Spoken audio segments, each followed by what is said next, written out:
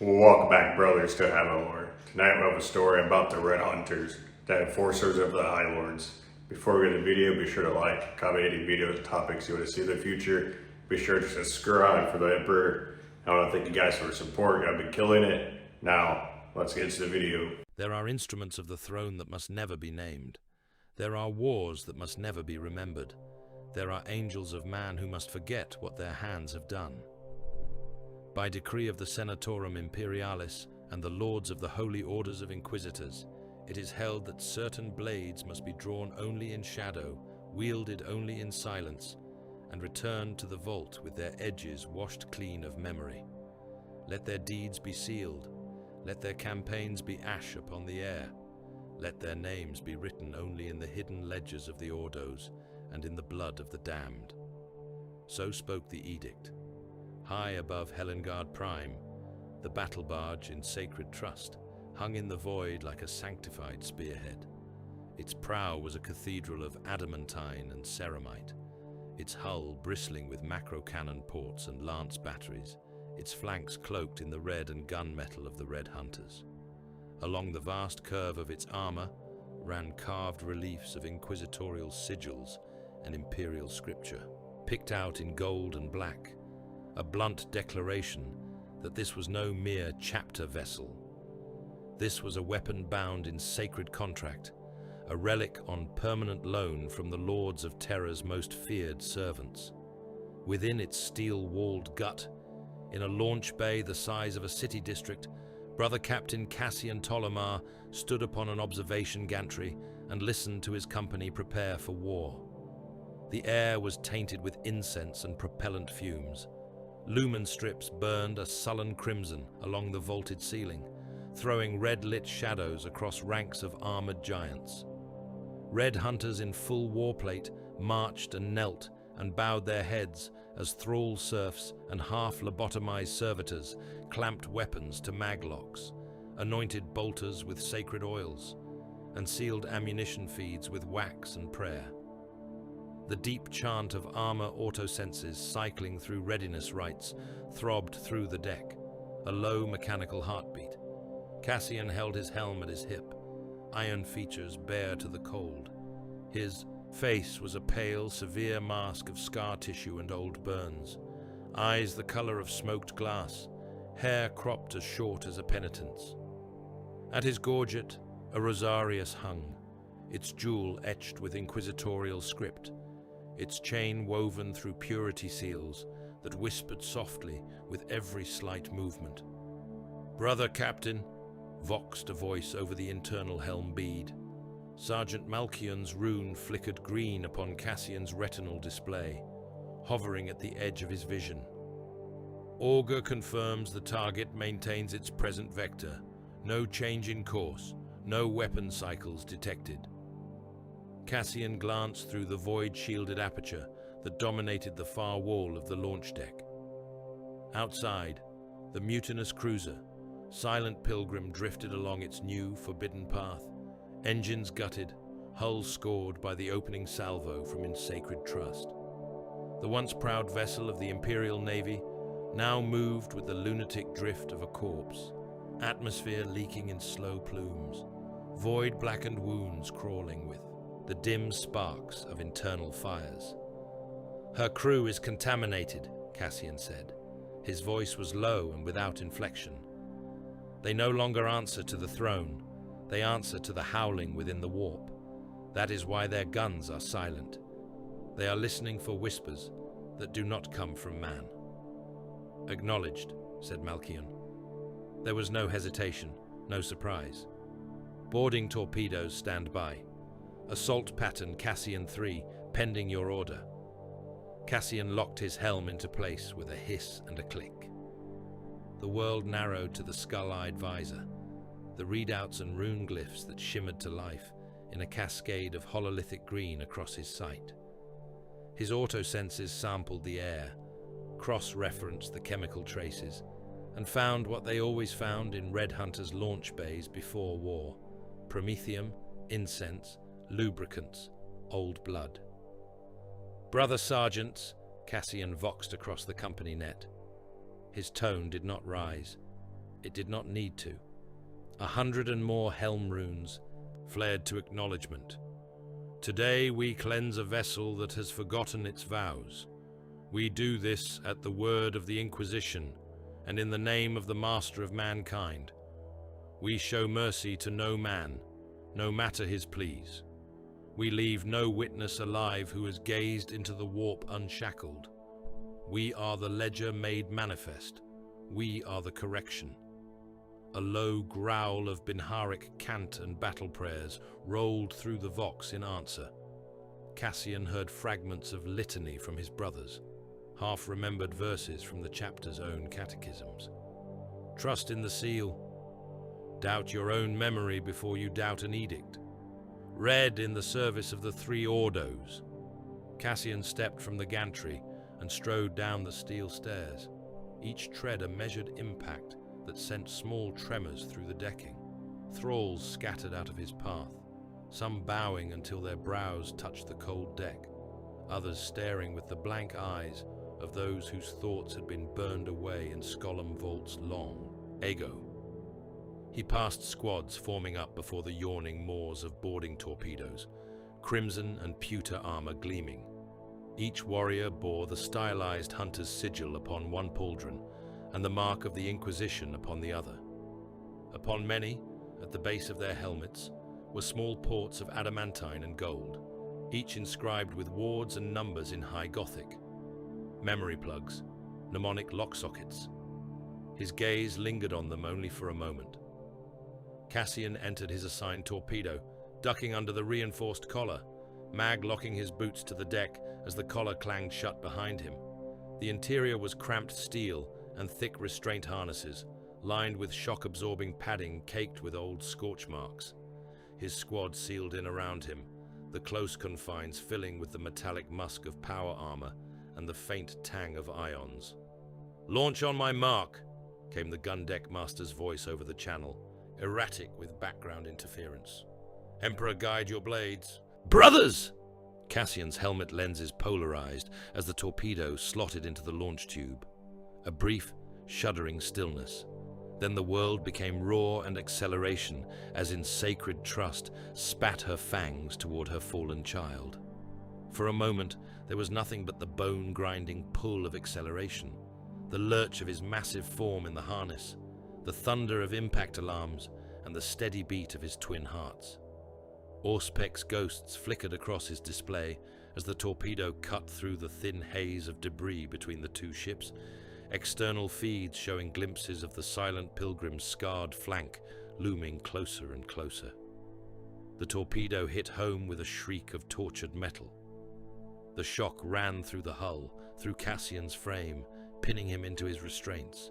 Melter charges caged around the torpedo's nose, burned, spraying liquid sun into the cruiser's armored hide. Bulkheads screamed, void sealant boiled away. Then the torpedo bit through to the ship's hollow. Interior and the explosive bolts on the inner collar blew, punching the nose cone into the silent pilgrim's corridor network in a blossom of smoke and fire. "Breach achieved," voxed Malkian, his tone as flat as Cassian's own. "All squads report in. The hunt begins." Cassian tore free of his restraints. The assault ramp blasted down on explosive hinges, slamming into the warped corridor beyond. Grey smoke rolled past, mixed with the thin, whistling scream of escaping air. Red hunters stormed out into flickering lumen light, bolters up, weapons barking in short, hammering bursts. Helm vision painted the world with data. Distance markers, target runes, heat signatures pulsing in the walls where failing power conduits bled energy like ghost fire. Human forms glowed pale in the haze, some mobbing forward in panicked clumps, others huddled behind improvised barricades. The defenders were naval armsmen and crewmen, pale-faced men in flak armor, hastily daubed with symbols that had no place upon an imperial uniform. Scratched circles bisected by jagged lines, spirals that hurt the eye to look upon. Some clutched standard pattern lasguns, others carried blades, pipe lengths, welding torches. Their mouths worked, shaping prayers or curses. Cassian did not know. He did not care. "Contact!" Vox barked in his ear as the first armsman broke from cover and fired wild lass bolts down the corridor. Red light struck ceramite and left no mark. In return, bolter shells detonated within the mutineers' ranks, turning men into mist and shredded meat. The confined space amplified the thunder of the guns into an unrelenting roar that drowned out screams. Flesh and armor fragments spattered the walls, the air filled with the copper stench of fresh blood and the sharp tang of propellant. "Advance," Cassian ordered. His brothers moved as one, methodical, a slow red tide of ceramite and steel. Where they passed, nothing living remained. Helm autosenses. Stumbling on unsteady legs. Cassian stumbling on unsteady legs. Cassian's targeting reticle strobed over it automatically, painting it with a kill rune. A naval officer by the look of the coat, eyes wide, face gaunt from sleeplessness and terror. He had a Vox set clutched in one hand, its casing smeared with dried blood. "Stop!" the man screamed, voice cracking. "In the name of the throne, stop! I am Lieutenant Rahl of the Pilgrim, seconded liaison to the Segmentum Command. I beg you, cease fire. We have loyal crew still aboard. We can surrender the ship. We can submit to penance. There is no need for further—" Cassian's bolter snapped up. For a heartbeat, he considered the man. The lieutenant's face contorted, hope knotting with dread. Behind him, Cassian could see more crew, some armed, some unarmed, a mix of fear and fanatic shine in their eyes.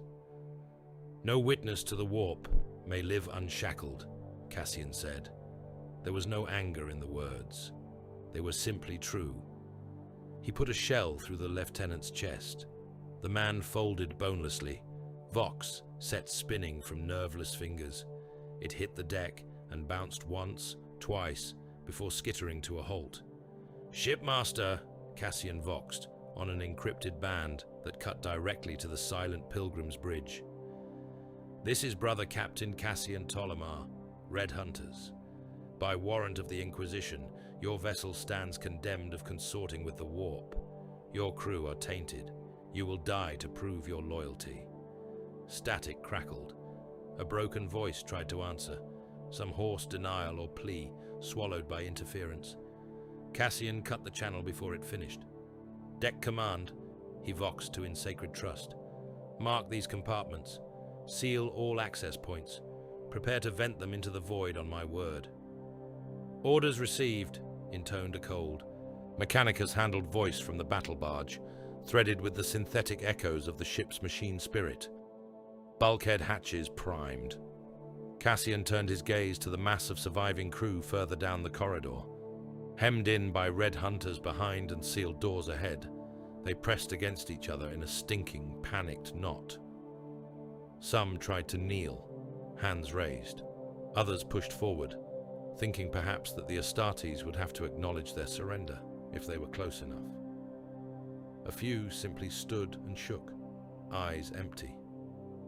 "Brothers," Cassian said, his voice carrying over the company net and, through external Vox amplifiers, into the corridor itself. "Witness this, and remember the catechism." He raised his gauntlet hand and made a closing fist. "Vent." Some distance away, vast metal lungs coughed. Valves twisted, doors released. The corridor air became a screaming gale. The crowd surged as the void reached in with invisible hands tearing at them, plucking them from the deck in ones and tens, and then in great flailing clusters. Bodies smashed against each other, limbs snapping, eyes bursting, mouths stretched wide as they screamed and screamed until there was no air left for sound. Cassian watched through his helm as thousands of men and women were ripped down the passage and through the yawning ruptures in the hull, drawn out into the cold dark. Their blood boiled and crystallized as it left them.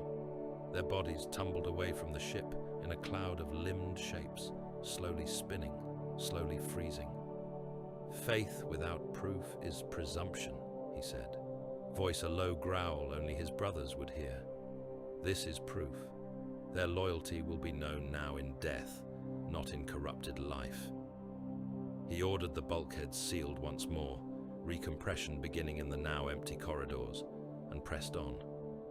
The purge took little time. The Red Hunters flowed through the silent pilgrim like a surgical burn, cleansing decks and compartments, until nothing moved that did not belong to them. Those crewmen they did not kill outright, they left sedated only long enough for them to be loaded into containment cells aboard in Sacred Trust. There were always some samples to take. The Ordos liked their specimens. When at last the boarding torpedoes returned to their cradles and the launch bay reeked of fresh victory, the battle barge swung away from the gutted cruiser. Macro batteries opened fire, turning the silent pilgrim into a blossoming flower of fire and tumbling wreckage. The ship died unnamed by any official communique, her service records already flagged for redaction. Cassian left the launch bay and ascended toward the Strategium. The chamber at the heart of In Sacred Trust was a cathedral of light and glass and humming machinery. Hollow-picked projectors cast ghostly images of Helengard Prime into the air, the world turning slowly, hive spires like metallic thorns piercing its cloud belts. Tactical runes and fleet icons orbited it, marking escort squadrons, monitor stations, picket ships. The ambient tank glowed with strings of data and astropathic sigils, a waterfall of information pouring into the auger pits below. At the center, upon a raised dais ringed by scriptorium servitors, stood a tall figure in layered carapace and cloak, his shoulders heavy with the weight of rosettes and seals. His hair was iron grey, shaved close at the temples to make way for augmetic plugs and mind impulse jacks. One eye was augmetic, its glass pupil tracking streams of data as they updated in the hollow field.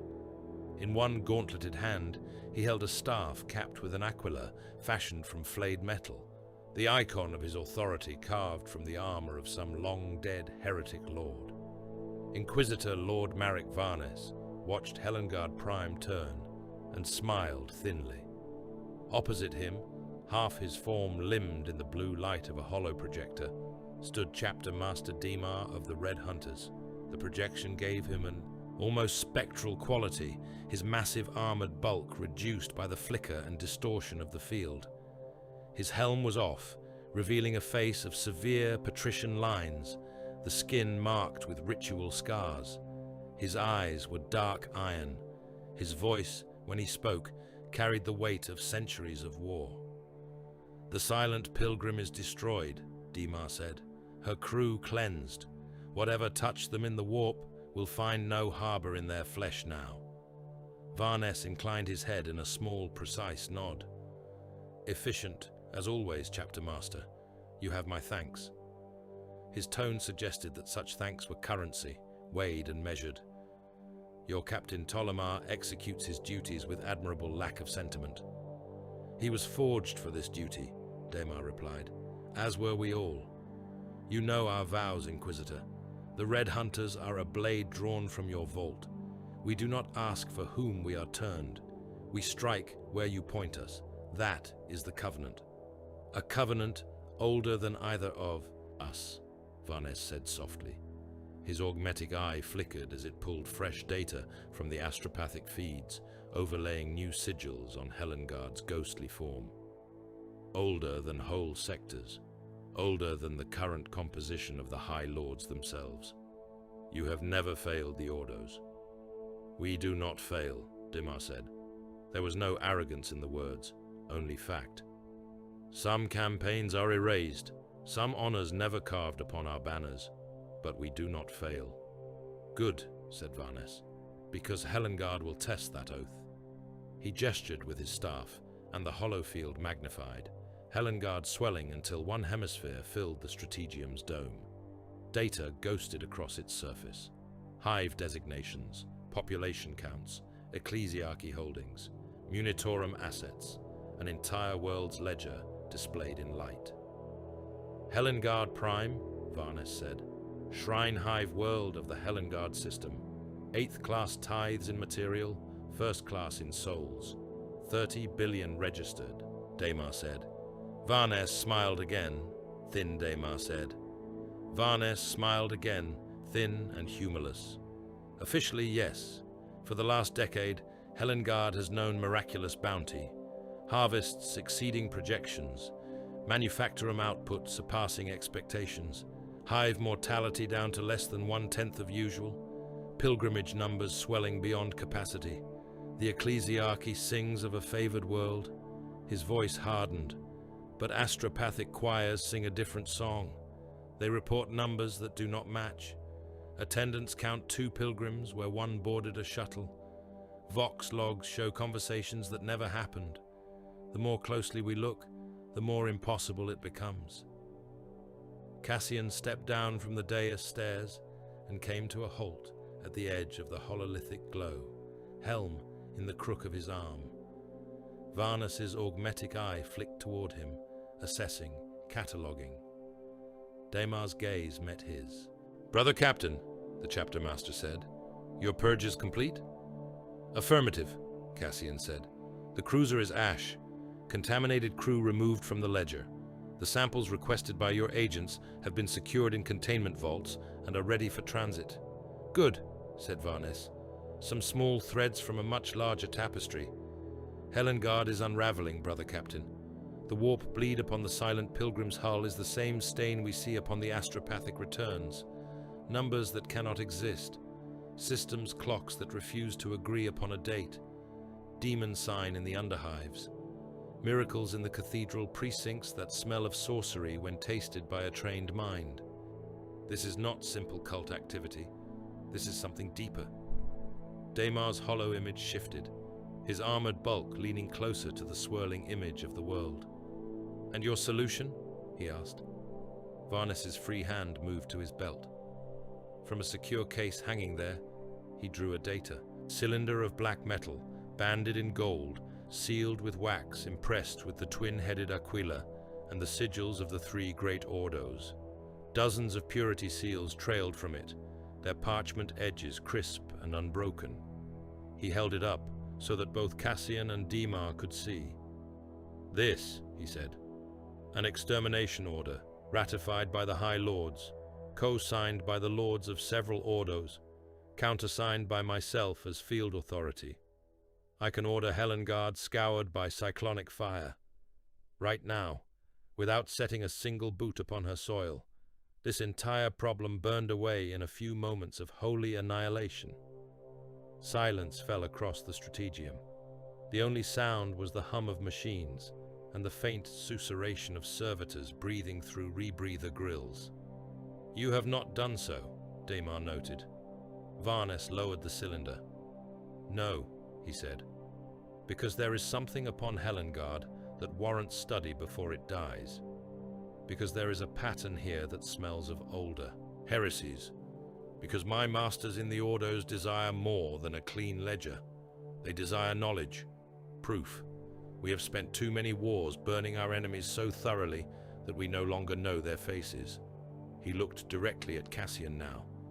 "That is where you and your brothers come in. The Red Hunters excel at surgical interventions into contaminated environments. You will descend into this world of false miracles and hidden numbers. You will find the heart of this rot. You will excise it. If, in the process, Helengard dies, then the extermination order fulfills itself. If not, the writ remains a blade at my belt to be drawn if needed." Damar's manifestation seemed to harden, the faint aura of hollow static crackling brighter around him. "You ask us to kill a world, Inquisitor," he said, "or to walk its bones and leave the ashes cold, and then you will ask us to forget we did it. I will ask you to submit to the rites of Consolmentum when the campaign is complete, as you have done before," Varnes said, "to surrender those memories that must not be allowed to persist. You agreed to those terms when your chapter swore its oath to the Inquisition." Damar inclined his head a fraction. "We did," he said. "We do. We will continue to do so as long as we exist. Speak your orders plainly." Varnes turned away from Helengard's projection and gestured, bringing up new displays, fleet formations, drop trajectories, strike cruiser dispositions. Your battle barge and attendant vessels will maintain high anchor, he said. Strike cruisers, including the Purity of Loyalty and the Pale Concord, will enter low orbit. You will insert multiple companies into the primary hives, focusing first upon Helengard Prime. My agents planetside have identified loci of greatest contamination. Cathedral districts, manufacturum clusters showing anomalous efficiencies, underhive sump zones where sightings of warp entities are most common. He paused, then added, "My own retinue will deploy with you. I will not rely solely on augur returns and censored reports. I wish to see this with my own eyes." Cassian bowed his head. "As you command," he said. "We will hunt your truth." Later, in the arming chambers below the Strategium, the Red Hunters prepared again, this time for planetary descent. The vault was a forest of suspensor racks and weapon shrines, each bearing relic blades and sanctified bolters, each attended by robed serfs, whispering hymns. Red Hunters knelt upon iron grates as chaplains moved among them, striking helms with crozius arcs, intoning litanies that braided the Emperor's name with that of the Inquisition and the three great ordos. Interrogator Focus stood in the shadow of a support column and watched. He was a tall man by mortal standards, his frame whipcord and lean, the long service coat hanging from his shoulders marked with the sigil of his master. His hair was close, cropped, his face lined despite the augmetic reinforcement beneath his skin. He had seen many deaths in the Inquisition's service, in cells and on battlefields, but the spectacle before him still stirred something like awe and unease. The Astartes were monsters, even at rest. Towering in their armor, they seemed carved from blood-red stone, their every motion controlled, deliberate. Their voices filled the chamber in a stern tide of words. "We are the hand within the glove. We are the hunters in red. We serve the Emperor, who is God. We serve the Inquisition, which is his will made writ. We doubt ourselves. We do not doubt the seal." Focus had worked with Space Marines before, killed teams of the Death Watch, reinforced companies of Codex-compliant chapters. They had all honored the Emperor, all bowed to the authority of the Inquisition when compelled. But he had never heard them pray like this, never heard them weave the Ordos into their own chapter cult, the Emperor as distant, suffering God upon his throne, the Inquisition as his living law. There was no grudging acceptance here, only fervor. "You stare, little interrogator." The voice came from his right. Focus turned to see a chapel master moving toward him, crozius clenched in one gauntleted fist. The chaplain's skull helm was wrought in crimson rather than black, the bone visage half masked by parchment streamers bearing oaths of obedience. His armor was heavy with seal and relic, his presence like a physical pressure in the air. Focus inclined his head. "Merely observing, Reverend," he said. "I have not seen rites like these before." "You have not seen us before," the chaplain said. His vox grill lent every word a hollow resonance. "We are not as other chapters.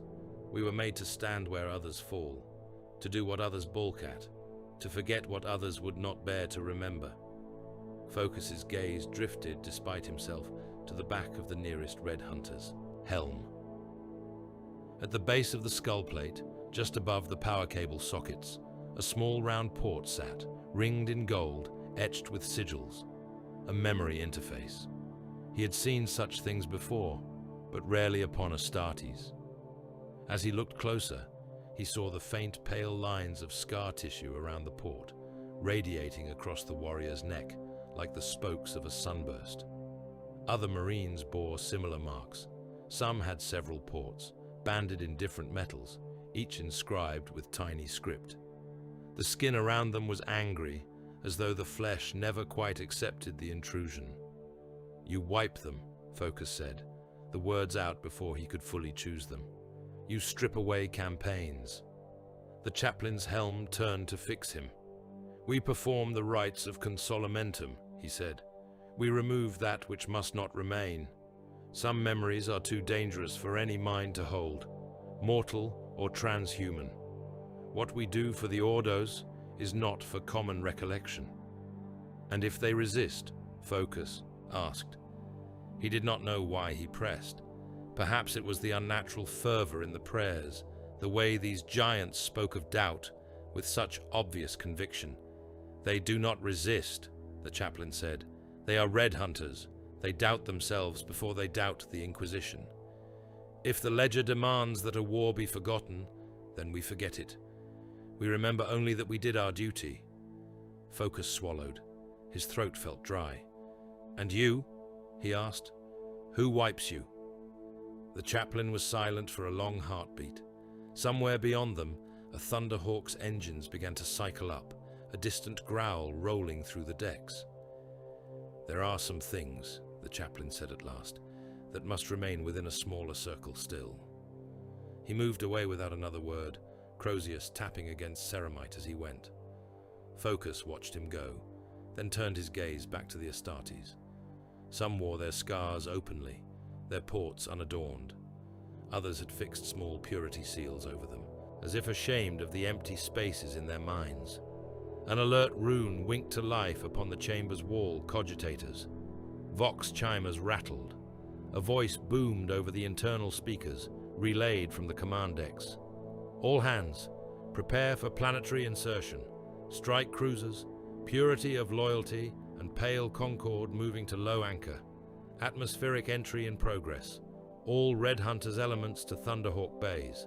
All inquisitorial personnel to designated drop stations. The deck trembled as the great engines of the attendant cruisers flared. In sacred trust remained in high orbit, her bulk like a watchful eye over the world below, while smaller ships darted from her flanks, their hulls aglow as they plunged toward Helengard's atmosphere. Orbital pict feeds bloomed into being along the arming chamber walls, showing the world below through the lens of high-gain augers. Hive cities loomed like forested mountains of metal and plasteel, their spires punching through cloud and smoke. Between them sprawled manufacturum plains and polluted seas, all swathed in the perpetual gloom of industrial haze. Bright flares marked riots and fires, whole districts consumed in violent unrest. Overlays tagged Vox traffic density, and there too was madness. Whole swathes of the hive grid flickered with impossible activity, Vox signatures blooming like sickness, too many voices for the allotted bandwidth. In the higher hive tiers, strange symbols burned upon the sides of cathedral towers, glyphs of light that the pict feeds could not quite focus upon. Astropathic traces crawled along them like sores. Thunderhawks and gunships vomited from the strike cruisers like flocking iron birds. Drop pods ejected from launch tubes, their retro rockets burning like descending stars. They streaked down through the smog-choked skies, cutting trails through clouds that had never known the sun. Cassian took his place within one of the drop pods, harness locking across his chest, helm in place. Bolter mag locked to his hip, a massive blade sheathed at his shoulder. Around him, his squad sealed into their restraints, each rune upon his helm display turning from amber to green as checks completed. Target is upper hive tier, access level 2, Malkian voxed. Designated Plaza Sector Shrine, Quadrant T7. Reports of unrest. Local planetary defense regiments attempting to hold perimeter. Civilians present in significant numbers. Civilians, Cassian said, tasting the word. In his mouth it felt as abstract as any tactical designation. Our objective is not their preservation. The pod shook as launch clamps released. For a moment it hung weightless. Then gravity seized it and flung it down.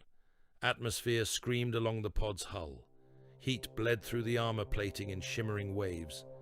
In the confined space, the roar of re-entry became a constant thunder that rattled bones and ceramite alike. Cassian's helm began feeding him external visuals, rendered from nose cone augers. Cloud, flame, thick ash-laden air. Then the distant looming bulk of the hive rose up to meet them, its terraces and walkways and gantries lit by fire and gun flashes. As they plunged, Vox channels crackled with surface transmissions, PDF units screaming for reinforcement, chaplains of the ecclesiarchy bellowing litanies over public address systems, hysterical civilian vox traffic, each line overlaid and overlapping into an incomprehensible roar. Beneath it all, Focus thought he could hear something else, a low whisper on the edge of perception, as if the planet itself were mumbling in its sleep. The pod hit with bone-cracking force. Impact dampers flared, converting lethal energy into heat and concussion. The petals blew outward on explosive bolts, slamming into the ferrocrete of the upper hive plaza. Smoke and dust billowed out. Cassian was already moving as the pod opened, cutting free of his harness, boots slamming into the deck. He stepped into a storm of sound and motion. The plaza was a wide expanse between towering hab blocks and shrine facades, its surfaces cracked and stained. Statues of saints loomed over it, their stone faces blackened by soot. Fires burned in overturned vehicles and improvised barricades. The air was a choking mixture of promethium smoke, incense, and the raw, sour stink of too many bodies compressed into too small a space. Those bodies were everywhere. Civilians in ragged work robes and shrine vestments thronged around the impact point, some scrambling away in panic, others pressing forward as if seeking protection from the armored giants now among them. Planetary defense troopers in stained flak armor formed loose firing lines at the plaza's fringes, laser guns raised toward unseen foes in the maze of alleys beyond. Some troopers fired into the crowd blindly, attempting to clear lines of sight. Others simply stared at the descending pods, expressions dazed, and scattered through the masses like rust in flesh were the cultists. Their robes were more tattered, their eyes wilder. Their skin was marked with symbols like those Cassian had seen upon the silent pilgrim's crew, brands and tattoos in twisting, eye-watering designs. Some carried stolen laser guns, others wielded blades or flaming torches. They chanted words that hurt the ear, words that did not belong in human mouths. The first bolter shells detonated as the red hunters fanned out, forming a crimson ring around the pod. Cultists fell in ragged pieces. Civilians went with them, caught in the storm. Limbs flew, bodies spun, blood sprayed in fountains, painting the cracked flagstones in fresh gore. A PDF officer near the front ranks, a young lieutenant with a plumed cap askew and eyes wide as saucers, staggered forward, las pistol hanging limp at his side. "Cease fire!" he shouted, voice breaking. "Saints preserve us! Cease fire! Those are pilgrims for the throne's sake. They are unarmed." A woman clutched at his sleeve, face streaked with ash and tears, begging in a language Cassian did not recognize. The lieutenant tried to push her behind him, his hand shaking. Across the Vox, Malchion's voice was a cold presence. "Brother Captain," he said. "Orders? There are loyal elements in the crowd. The lieutenant claims as much." Cassian watched as the cultists used the confusion to surge closer, blades raised, mouths frothing. He saw the way the crowd pressed around them, binding loyal and faithless together, a single, writhing knot of humanity. "Every soul in this plaza has been breathing warp-tainted air for years," Cassian said. "Every mind here has been counting impossible numbers without knowing. They are all compromised. Those who are innocent in deed are guilty in proximity." He stepped toward the lieutenant. The man looked up, jaw trembling. "Please," the officer said, "we can pull the pilgrims back. We can screen them. Just give us time. In the Emperor's name, Marine, we can still save some of them." Cassian drew his bolt pistol, the motion smooth, inevitable. "In the Emperor's name," he said, and shot the lieutenant in the head. The officer's skull exploded in a gout of blood and bone fragments. His body dropped like an empty robe. The woman clinging to his sleeve screamed, a high, raw sound that cut through even the roar of the crowd. She did not scream for long. "Fire!" Cassian ordered. The red hunters obeyed. Bolters thundered in disciplined volleys, methodical and unhurried despite the chaos. Heavy flamer units stepped forward, sending scouring curtains of burning promethium across the packed masses. Flesh blackened and split. People ran, burning, their shrieks thin and animal. Others fell and were trampled by those who still lived. Some dropped to their knees, hands raised in prayers that dissolved with their skin. The PDF lines broke under the horror, some troopers flinging down their weapons and running, others turning their guns on the Red Hunters in reflexive, doomed anger. It did not matter. Ceramite armor did not care about last fire. Those troopers died next, cut down where they stood. Cassian walked through the storm, his boots slick with blood, his pistol bucking in his hand. A young trooper, helmet lost, face contorted with fury and grief, swung his lasgun up at him, hands shaking. "You butchers," the man howled. "You are killing loyal citizens. You are supposed to be our—" Cassian shot him through the mouth. The back of the man's head ceased to exist. The body toppled backwards, twitching. A junior officer in Red Hunter's colors, newly raised from the scout company, hesitated at the edge of the carnage. His bolter was raised but unfired, his eyes wide behind his lenses as he took in the sight of unarmed men and women being cut down around him. "Brother Captain," he voxed, his voice tight. "They are civilians, some of them at least. We are slaughtering them. This is not war.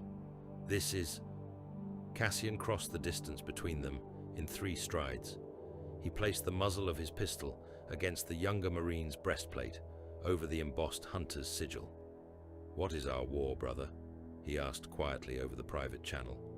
"To preserve lives, or to preserve the species?" The younger man began. "You doubt," Cassian said. "Doubt is not permitted. Not here. Not now. Not under inquisitorial seal."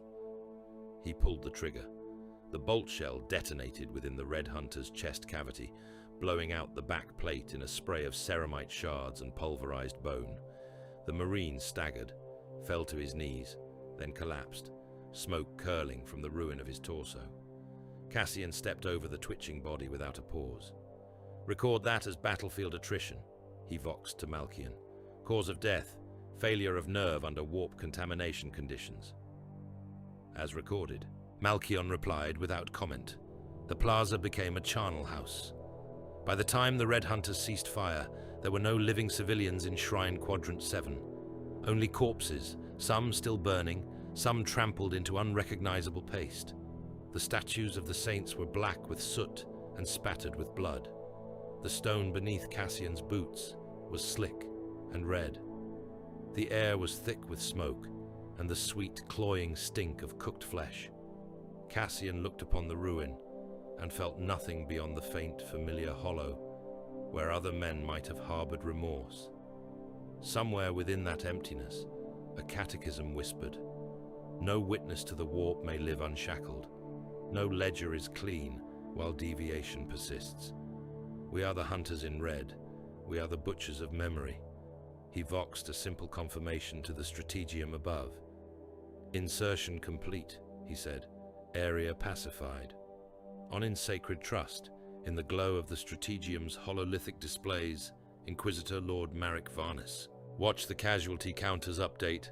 The whole plaza's population reduced to a single word. Expended. Helengard bled. Smoke boiled from the hive's torn flanks, belching up through open gantries and shattered masonry, staining the already poisoned sky an even darker bruise. Manufacturum stacks that had once vomited only exhaust now spewed fire and screaming men.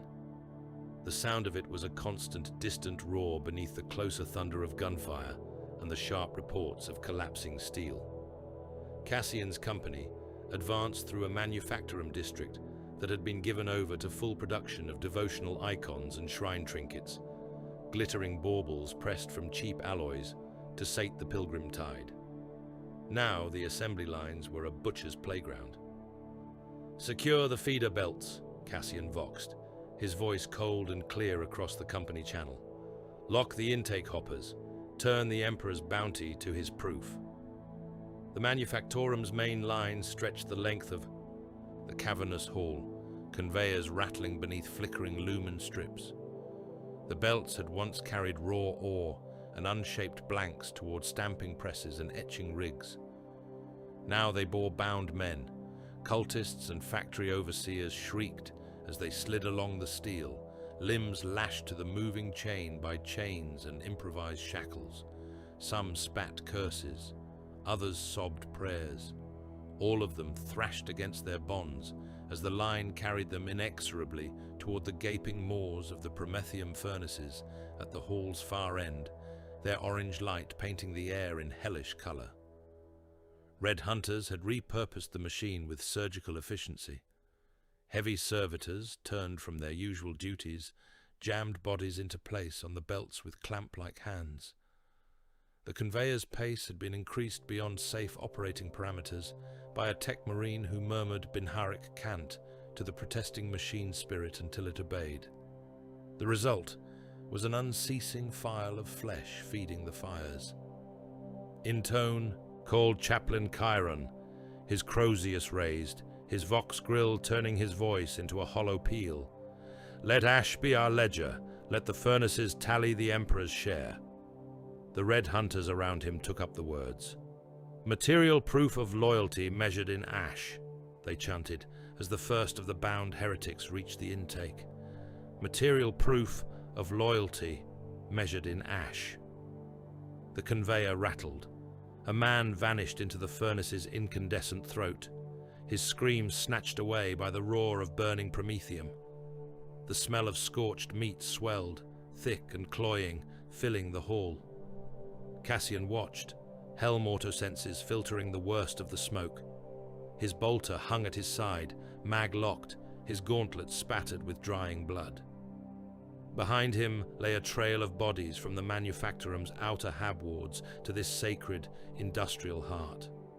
Civilians who had raised hands to beg or curse, factory guards who had fired in panic, cult cells that had tried to stand and fight. There had been no difference in their endings. Brother Captain, Malchion voxed from the far end of the hall. Feeder tunnels secured, resistance minimal. We found vats seeded with something that used to be men, limbs fused, growths that do not obey flesh.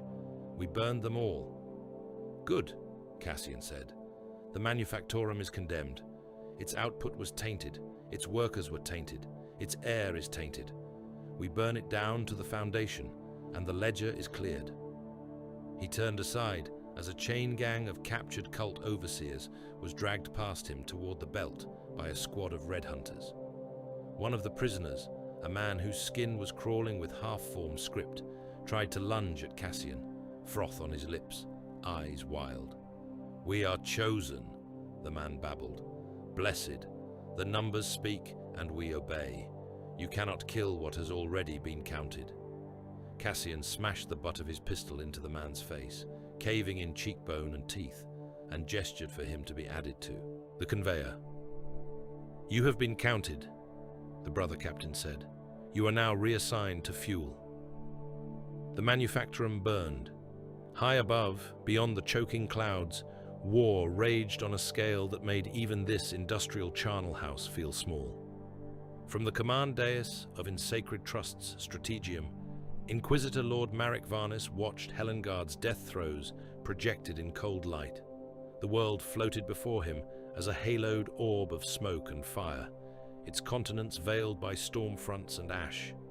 Icons flickered around its circumference, each a confrontation turned into a simple symbol. A tithing fleet lay gutted near the world's primary orbital lanes, transports cracked open by traitor fire. Hulls that had once carried grain and promethium now vented their stores into the void in expanding clouds. Lifeboats tumbled, empty or filled with corpses. The escorting frigates had been turned against their charges, guns commandeered in mutiny, and only the cleansing salvo from Sacred Trust had quieted their rebellion. Further out, system monitors sent by the Adeptus Mechanicus broadcast intermittent distress signals, sections of their auger arrays torn away or warped by invisible hands. Varnes watched one such station tilt from its regular orbit, the image shuddering as the machine's lenses cracked.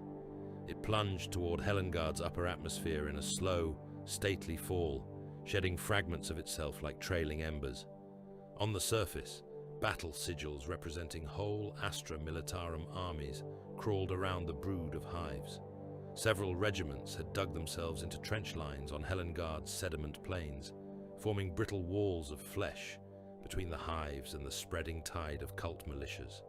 Therma pict feeds showed those trenches as raw wounds in the earth, streaked with bodies. Varnes watched as a line of guardsmen, little more than ragged silhouettes against the glare of flares, stood to meet an oncoming wave. The enemy was a mass of humanity, cult banners flapping, corrupted priests at their head, the warp stink evident even in the stripped picked data. Lasfire stitched the charging mob. Bolter fire from attached Red Hunter squads tore wider gaps. For a heartbeat, it looked as if the line might hold. Then something tore through the sky above them.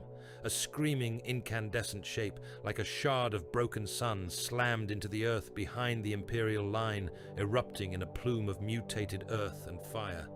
Guardsmen flew like thrown dolls.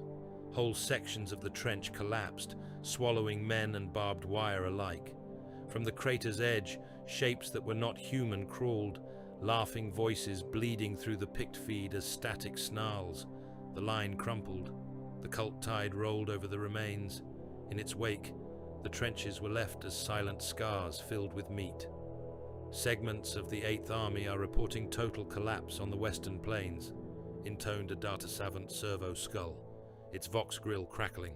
Planetary vox traffic drops and rises in irrational patterns. Entire continents are registering as dark to the augurs. Warp bleed, Varnes murmured. He reached out with his augmetic eye, pulling up layers of data, watching as whole regions of the planet's surface flickered between tagged and blank. The corruption is no longer confined to the underhives. Reality itself is thinning.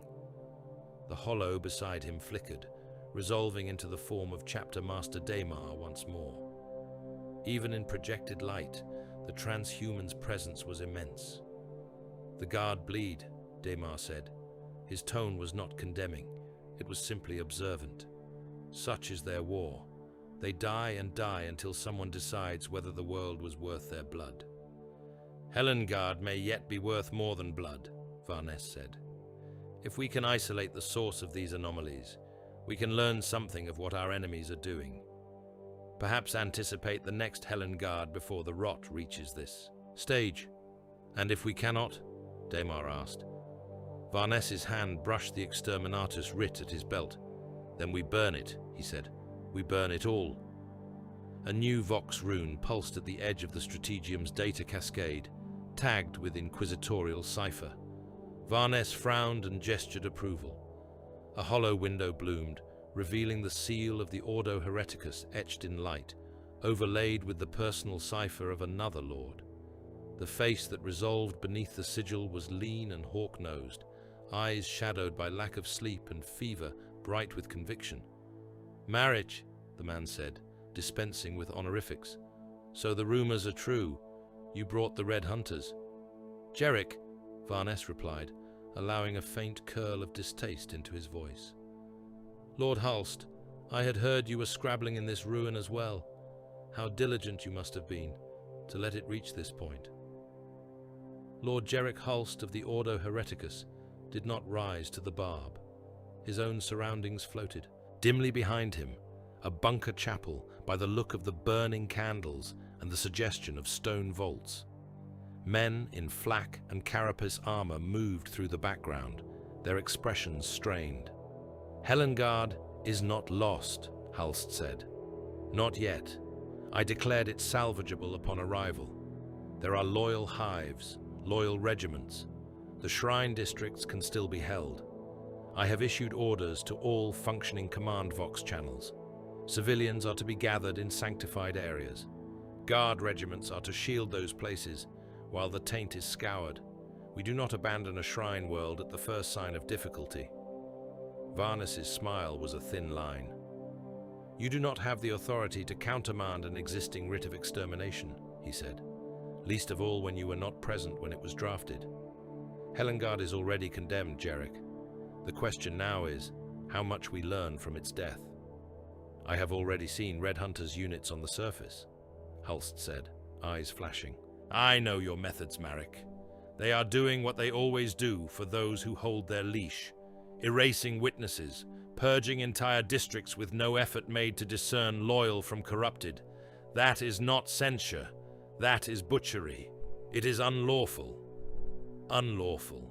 Varnes tasted the word, as if it were foreign. I carry a writ signed by the High Lords, countersigned by the Masters of 3 Ordos. The chapter that fights at my order does so under seal. Their actions are not subject to your censure. Helengard's fate is already written. Holst leaned forward, as if he could close the distance by will alone. You do not own this world, Marek, he said, nor do your pet Astartes. I am on the ground. I am among its people. I am issuing orders to preserve what can be preserved. Any Red Hunter's element that acts against my directives will be noted. I will see this reviewed by Conclave. The holofeed spat a burst of interference as the warp snarled along the Vox lines. Holst's image shivered, broke, then reconstituted. His face momentarily doubled. Varnes's smile grew a fraction. By all means, he said. Write your complaints. Gather your proofs. We will see what survives to reach a conclave, Jarek. The connection cut. The inquisitorial sigil winked out. Daemar regarded Varnes with unreadable eyes. Another of your order wishes to stay the blade, the chapter master said, to shelter civilians, to hold shrines. He is sentimental, Varnes replied. He remains under the delusion that worlds can be saved once they have begun to count the wrong numbers.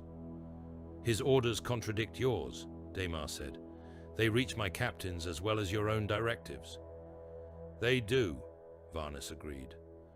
Which is why you will remind your captains where their true oaths lie. Daemar's gaze shifted, as if looking beyond the strategium to the men under his direct Vox reach. I will clarify, he said. There will be no confusion. On the surface, in the choking smoke of the hives, Cassian received the confusion first. His helm rune chimed as the astropathic relay pinged, codes threading through the constant static of battle. 2 priority messages burned across his displays in close succession, each bearing inquisitorial authentication. The first bore Lord Jarek Holst's cipher. It was addressed to all loyal Imperial forces on Helengard Prime, and its terms were simple. All available units were to converge on the primary shrine district of the Upper Hive, designated Shrine Quadrant 7, where millions of pilgrims and refugees were gathering under ecclesiarchy direction. Defend the sanctified ground, protect civilians, hold the shrines.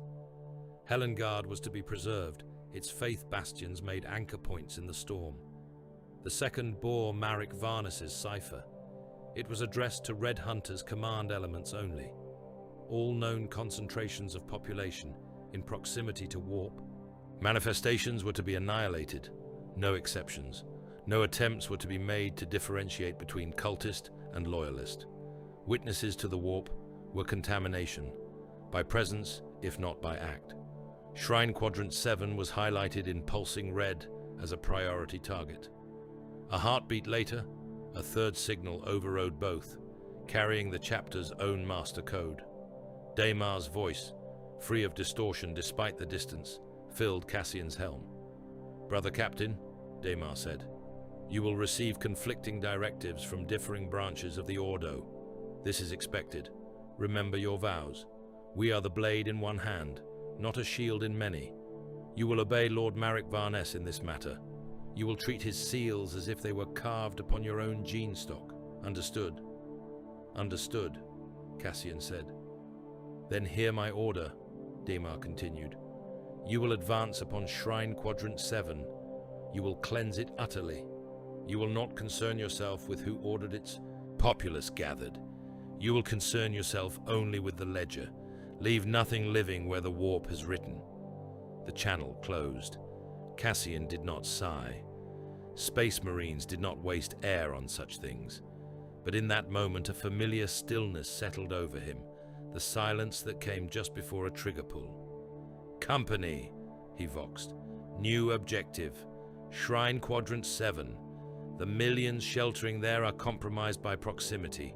We are to render the Emperor's correction." They advanced through the hive like a dispassionate thunderstorm. By the time Cassian's company reached the outskirts of Shrine Quadrant 7, the district was a seething mass of humanity. The vast plaza and the radiating avenues that fed it were choked with bodies.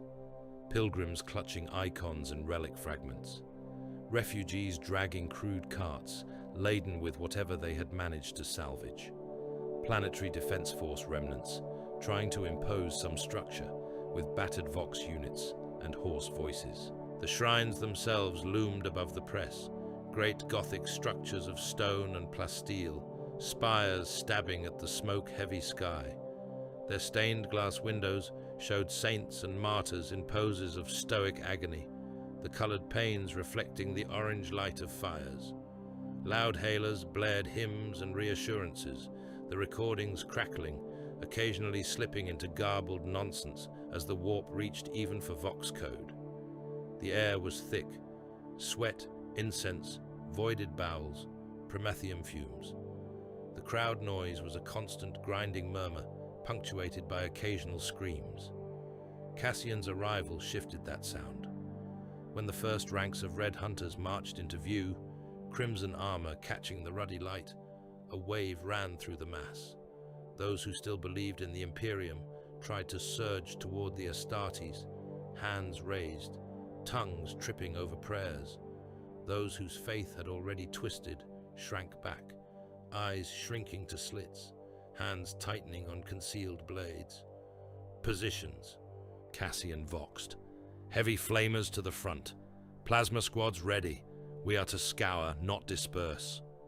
At his left, Interrogator Focus moved in the shadow of the towering Marines, his coat scorched, his face streaked with ash.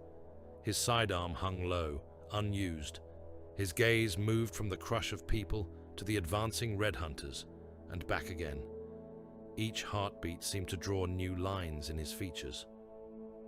"Captain," Focus said, pitching his voice to be heard through external Vox, as well as the private channel. "Lord Holst ordered these civilians here. They were told this ground was safe, that the shrine was under the Emperor's protection. There are children among them, old men, the unarmed. We can extract them, screen them, at least hold fire until—" Cassian cut him off with a brief flick of his helm. "The warp does not care what orders were given," he said, "nor does it care how many candles they light. Every soul here has stood beneath a sky that bleeds wrong numbers. Their dreams have already been counted by something that is not the throne. They are not my concern as individuals. They are entries on a ledger." Focus's jaw clenched. "They are men," he said. "Imperial citizens. The Emperor's own." "Then the Emperor will know his own when they burn," Cassian replied. He raised his arm. "By catechism," he voxed. "Recite and fire."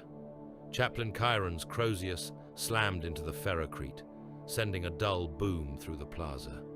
"The Emperor knows his own," Chiron roared, his voice amplified, crashing over the crowd like a wave.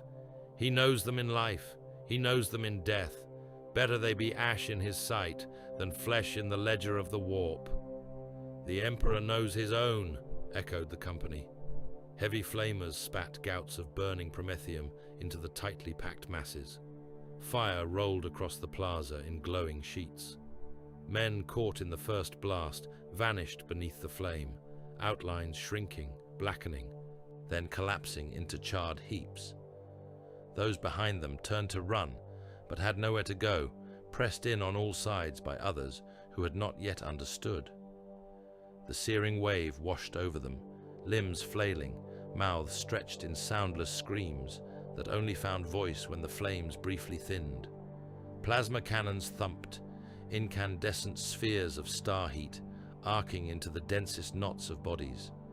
Where they struck, Flesh and bone and plasteel alike vaporized, leaving rimed circles of glassy slag around bubbling craters. Focus stood and watched as the plaza became an open furnace. Flaming figures staggered through the carnage, clawing at their own melting faces, setting others alight as they stumbled and fell. Smoke rose in thick columns, carrying with it the stink of burnt hair, cooked fat, and boiled viscera. He told himself, as each wave of fire went out, that this was necessary, that if the chapter had tried to screen each person, to test each mind and soul, the warp would have claimed more. That this was the faster, cleaner mercy. But when a knot of Planetary Defense Force troopers broke from cover, weapons thrown aside, hands raised, he moved without thinking. "Stop!" Focus shouted, throwing himself between the disarmed troopers and the nearest Red Hunter squad. "They have surrendered. They are still useful. They can hold perimeter points. We can debrief them, extract intelligence. There is no need." The Red Hunter sergeant looming before him did not falter. His gauntlet shot out and backhanded Focus across the face. To a mortal skull, the impact was like being struck by a speeding ground car. Focus's head snapped sideways, teeth broke, blood sprayed in an arc. The interrogator flew bodily, slammed into a shrine's stone pillar, and slid down to the base, the world spinning, jaw a hot, jagged line of pain. Dazed, he watched through a haze of red as the Marines stepped around him and opened fire on the kneeling troopers. Bolter rounds tore through flak armor and flesh, detonating inside chests and skulls. Bodies toppled, jerking.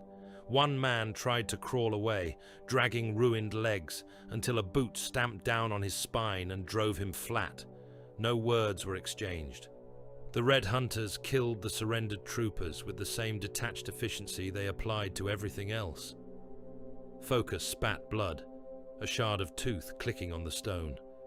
He tried to speak, to call out, but only a wet gurgle came. The chaplain glanced his way once, helm lenses unreadable, then turned back to the slaughter. "We do not take prisoners from the warp's shadow," Chiron intoned. "We do not trust untested flesh. We do not doubt the seal." At the fringes of the massacre, the warp pushed back. The first sign was a change in the sound of the chanting. Amid the screams, amid the roar of flame and gunfire, there came another note, a low, reverberating murmur that did not seem to come from any one direction. It crawled up the spine, a scraping rasp in the ear. Cassian's helm filters flagged it as non-standard Vox interference, its pattern an imperfect mirror of known ecclesiarchy hymnals. "Contact," Malkian voxed from the western approach. "Warp-touched elements, priests. They are not breaking."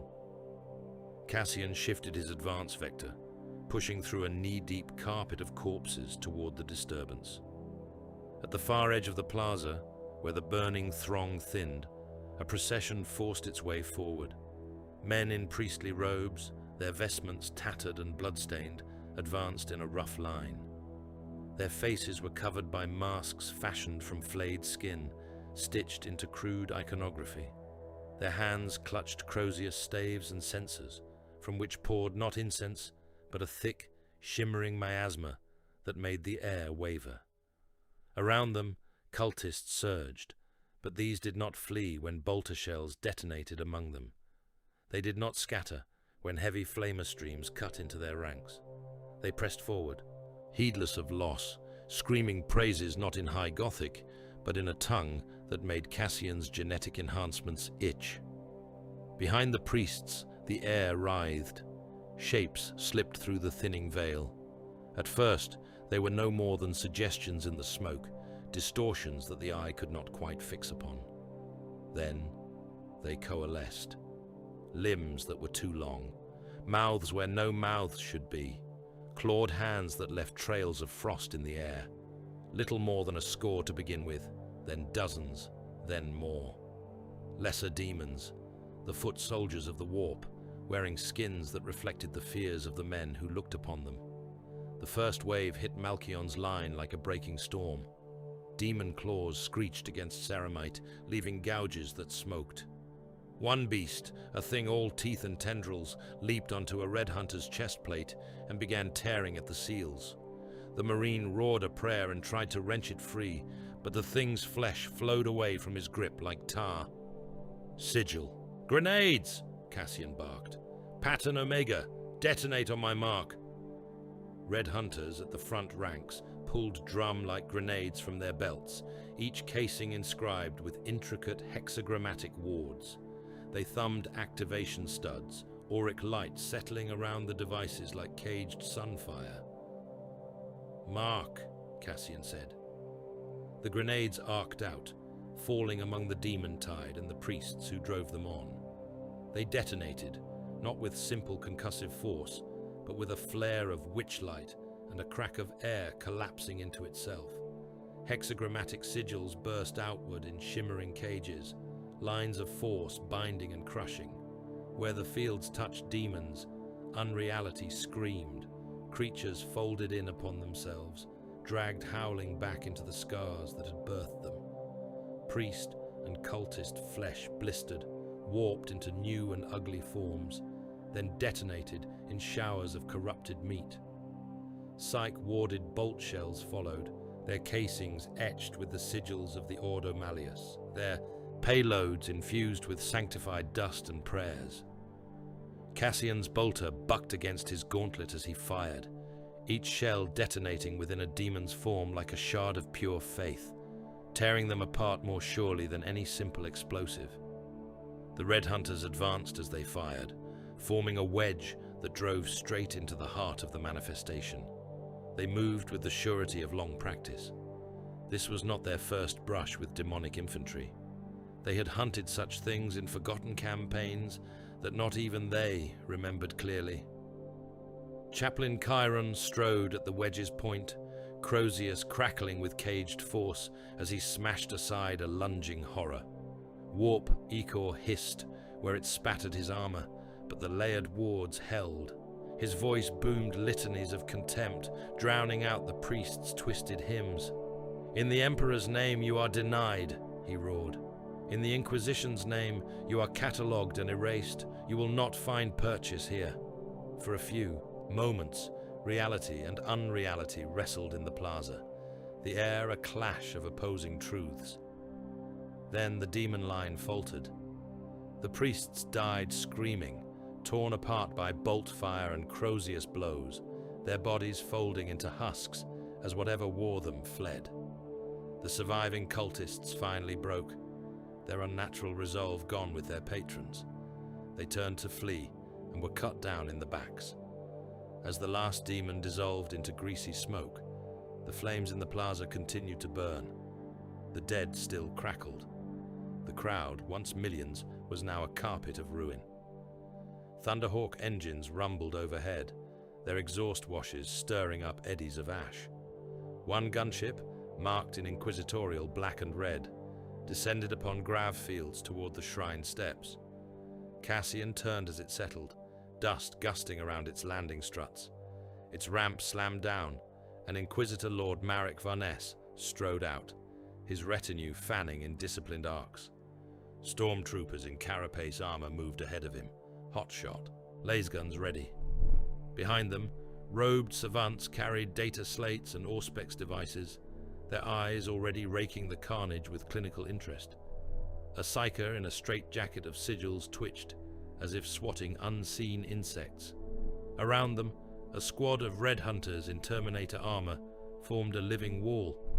Their plate was older than most hive cities, slab thick, its red lacquer dulled by age and scarred by countless impacts.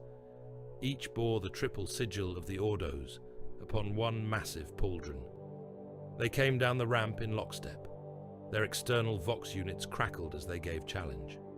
"Designation," intoned the lead Terminator, his Stormbolter aimed fractionally away from Varness, but ready to shift. Authority code. Varness did not break stride. His staff tapped against the ramp's rugged surface with each step. "Inquisitor Lord Marek Varness," he replied, voice already weaving the call and response. Ordo Hereticus Primary, Ordo Malleus Mandate, Ordo Xenos Reserve, Authority, Seal Gamma Helengard 9, confirm. The Terminator's helm lenses flashed as his internal cogitators passed the data. The other giants shifted, a subtle realignment that still radiated lethal potential. Seal confirmed, the Terminator said. Access granted. Red Hunters acknowledge. We serve under seal, chorused the others. Varnes stepped onto the plaza proper, his boots squelching in cooling blood. He took in the burning bodies, the shattered shrine facades, the drifting ash, and nodded once. Efficient, he said, if unsubtle. Cassian approached, helm still in place, armor blackened by smoke. Objective achieved, he said. Shrine Quadrant 7 cleansed, warp-touched elements destroyed, survivors reduced to none. Almost none, Varnes corrected, glancing toward the base of a nearby column. Focus still lay there, jaw swollen, face half masked in blood. He had managed to drag himself into a sitting position, back, against the stone, one hand pressed to his ruined mouth. His eyes tracked Varnes with a mixture of pain and something like accusation. The Inquisitor regarded him for a heartbeat. My interrogator is not finished with his duties, he said mildly. Brother Chaplain, ensure he does not die of enthusiasm. Chiron inclined his skull helm in acknowledgement. As Varnes turned away, a shimmer rippled in the air above the ruined shrine altar. Auspec's runes spiked, flaring warnings. The psyker in the retinue whimpered, trying to fall to his knees despite the restraining sigils. A hololithic seal burned into existence, lines of inquisitorial sigils forming a circle that hung above the corpse-strewn stone. Within that halo, the image of Lord Jerick Holst crackled into being once more, distortion crawling across his features as the warp twisted the transmission. He took in the scene, the fire and the corpses and the looming figures of the Red Hunters, and his face twisted in something between fury and horror. Marek, he snarled, what have you done? What was necessary, Varnes replied, unperturbed. Your sanctuary is cleansed. The shrines are free of witnesses. You butchered them, Holst said. Millions of pilgrims, refugees, loyal men and their families, gathered under my orders for protection. You turned a shrine district into a crematorium. This is madness, even by our standards. I declare your actions unlawful. I will see your writ challenged. You are in no position to declare anything, Varnes said softly. This chapter fights under seal. Their actions are recorded in ledgers you will never read. Helengard is under a death sentence you insist on pretending does not exist. You are arranging deck chairs on a sinking cruiser, Jerick. You do not get to decide alone, Holst hissed. We are not gods, we are servants. The Emperor does not need massacres to prove his will. The Emperor needs the species to survive, Varnes said. The warp does not care how many shrines you defend. It cares only that men dream the wrong dreams. Your heretics used you, Jerick. They herded your precious civilians into easily immolated knots. I have obliged them by turning their gambit to ash. Holst's image flickered, his outline breaking into static for a moment, as another warp surge rippled through the Vox. This is not over, he said when he reformed. I will not let this stand. I will... His voice cut off in a howl of feedback as the hololithic construct shredded itself, the seal fragmenting. The image collapsed in a rain of light. Varnes lowered his hand, the small disruptor device in his palm, cooling as its capacitors wound down. Resolve him later, the Inquisitor said conversationally, as if commenting on the weather. Alive or dead, I have not yet decided. I will see how useful his outrage can be made before I waste it. He turned back to Cassian. The warp heart is stirring, Varnes said. Augurs detect a growing nexus beneath the hive's core spire, a convergence of impossible numbers and gravitational anomalies. This plaza was a symptom. What lies below is the disease. Orders? Cassian asked. Varnes gestured toward the distant core towers of the hive, their silhouettes looming through the smoke like jagged teeth. The guard will hold the upper tiers, he said. Such as they can. They will die in place and draw the enemy's attention. I want them to believe the war remains here, on the surface, in open view. Meanwhile, you and your brothers will go down. Down, Cassian repeated. Into the tunnels, Varnes confirmed. Into the manufacturum routes and geo supports. Into the sumps and forgotten transit lines. The enemy is digging, feeding something. The warp bleeds from below. You will spearhead the descent, brother captain. You will find the heart of this sickness, and you will drive a knife into it, before I am forced to turn this world into a cinder from orbit. He glanced once more at the burning plaza, at the rivers of cooling blood and the heaps of charred bodies. The guard will hold as bait, he said. Millions of men to distract the enemy. Millions already condemned. You and your red hunters are the true strike. Do not fail. Cassian looked past him, beyond the shrine district, to where the hive's central spire rose into the grey sky. He imagined for a moment the tunnels beneath it, the choking dark, the grinding of ancient machinery, and the whisper of wrong numbers. We do not fail, he said. He turned to his company, to the Terminators still standing sentinel, to the squads reloading amid the dead. Huntsman, he voxed, the prey has gone to ground. The surface is a distraction. We are going below. Gather ammunition. Bless your blades. We descend into the dark. Somewhere deep within the hive's bones, unseen, something vast and patient stirred at the edge of reality, counting souls in the dark. The order came through on a tide of static and screaming. Colonel Varric hunched over the trench vox unit, its brass grill hissing in his ear, the brittle winter reek of promethium and fear thick around him. The line was collapsing. He could hear it in the fire pattern, in the way laser guns to left and right had shifted from disciplined volleys to panicked rattling streams. He could see it in the way the sky over the forward lip burned, in the jitter of muzzle flashes that marked men firing as they ran. "Repeat command," Varric growled into the vox. He had lost his greatcoat days ago to an explosion that had taken 3 of his ribs. The bandages beneath his carapace were stiff with old blood. Signal breaking. Say again. The answer came in a voice that was too calm for this place. Colonel Varric, this is Segmentum Command Relay. You will hold Line Sigma and prevent enemy access to Hive approach Omega at all costs. Retreat is forbidden. You will prove your loyalty in place. Varric's eyes flicked to the trench wall. The mud there was baked into glass where plasma had kissed it. Over the parapet, the plane ran toward the hive in churned waves, cratered and pitted. The enemy was already in the nearer depressions, fire slashing from the lip of the biggest crater where cultists and worse crouched.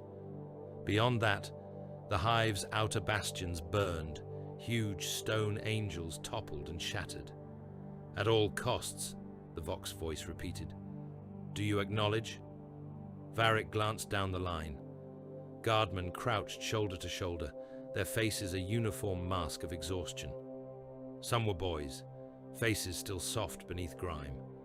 Others were scarred veterans with eyes as dead as the corpses piled before their firing steps. Munitorum ration bars lay half-finished in the mud. An icon of the Emperor, half-melted, leaned against a sandbag, the painted face blistered into a grimace. We have no reserves, Varric said. No armor. Ammunition is down to last charge packs. Enemy numbers are ridiculous. If I hold, I die and they walk over our bones in an hour. If I fall back to the tertiary line, I might hold another day. Retreat is forbidden, the calm voice said again. Segmentum Command has authorized exceptional measures for this theater. Cowardice will be treated as contamination. Hold Line Sigma. Do you acknowledge? Varric closed his eyes for a heartbeat. He had held lines on 6 worlds. He had watched cities burn and whole continents drown under oceans turned to poison. He had ordered retreats before, when the numbers were clear and the lives of his men were not worth the ground beneath their boots. He had never heard that edge in the voice from above before. Not monitorum frustration, not mechanicus impatience. Something colder. Cowardice will be treated as contamination. He opened his eyes. "We will hold," he said, "in the Emperor's name." "Acknowledged," the Vox said. "The Emperor knows his own." The channel clicked dead. Varric stared at the grill for a moment longer, then straightened with a grunt. He pulled himself up onto the firing step and looked over the parapet. The plain beyond their trench was a killing field, streaked in blackened earth and red mud, littered with broken tanks and smashed artillery, dotted with the pale shapes of the dead. The enemy came on in waves, cultists in rags and stolen uniforms, faces painted with symbols that twitched if you stared too long. In their wake, swaggered men who claimed to be priests, arms raised, mouths working in silent parody of prayer. Behind them the air rippled, shapes flitted in the heat haze that were not entirely real. "Hold!" Varric shouted, turning his head, amplifying his voice through the trench vox. His adjutants took up the cry, their voices hoarse. "By regiments, by sections. Hold your fire until my mark. Make every shot a prayer." For a time, they did. Lasfire lanced out, cutting waves of bodies from the charging mobs. Heavy bolters at the emplacements chattered, chewing red furrows through those who did not flinch when their fellows fell. The priests walked unscathed through the fire until someone's luck and aim converged and one dropped, half its head gone, the thing inside shrieking as it spilled out in a gush of light that hurt the eye. The enemy closed. When they hit the wire, the front became a mess of bodies and blood and steel. Men fought over the parapet, bayonets stabbing, boots slipping on intestines. The line buckled, once, twice, held. Then something huge and wrong roared overhead. Varric looked up in time to see a chunk of the sky tear free. It was not a ship. It was not anything he had a name for. It screamed as it fell. Where it hit the plain behind the trench, the ground lifted like water struck by a boulder. The shockwave slammed into the line, throwing men into the air, turning trenches into crumpled scars. The screaming thing did not stop screaming even as it died, its voice a shredding note that clawed at bone. When sound returned, the line was gone. Fragmented trenches held pockets of men cut off from each other. Cultists poured through the gaps, howling knives and laser guns up. Those who still had their wits fired back. Most ran. Varric saw it happen, saw whole platoons break, dropping weapons, stumbling in a panicked knot toward the rear, faces slack with shock. Of his command, a quarter remained in anything like a firing stance. He grabbed the nearest Vox set from a stunned operator. "Sigma line collapsing," he barked. "Enemy through. I repeat, the enemy is through. I am ordering tactical withdrawal to..." He never finished. The operator jerked, eyes bulging, as a precise las beam punched through his skull from somewhere in the chaos to the rear. He dropped like a cut puppet, the Vox unit tumbling from nerveless hands. Over the battlefield came a new sound, high and shrill over the deeper roar of guns. Engines, multiple fast flyer signatures. Varric looked back. Gunships streaked in low over the rear lines, hulls matte black and red, their wings bearing the stylized sigil of the Inquisition picked out in bone white. Autocannons swung on hardpoints, tracking. From open side hatches, he glimpsed the unmistakable bulk of power-armored forms, red and gunmetal, sigils etched on their shoulders. For a heartbeat, hope ignited. Astartes, reinforcements. Perhaps the Segmentum command had finally loosened its grip on resources. Then the gunships banked, aligned along the lines of fleeing guardsmen, and opened fire. It was not an attack on the cultists, not a strike at the advancing enemy or the warp-scarred crater. It was a deliberate, measured strafing run along the backs of Varric's own retreating regiments. Auto-cannon shells ripped into the massed guardsmen, tearing them apart in swathes. Flesh became red vapor, limbs flew. The gunships made another pass, this time slower, precise, cutting down stragglers and those who had dropped to their knees. Heavy bolter fire from the rear emplacements, commandeered by red-armored giants, added to the barrage. Varric watched in stunned silence as his men died in the hundreds, then the thousands. One of the gunships slowed above the ruin of his command trench. Through the open bay, Varric saw a red hunter standing by the heavy bolter, armor scorched, helm lenses blank.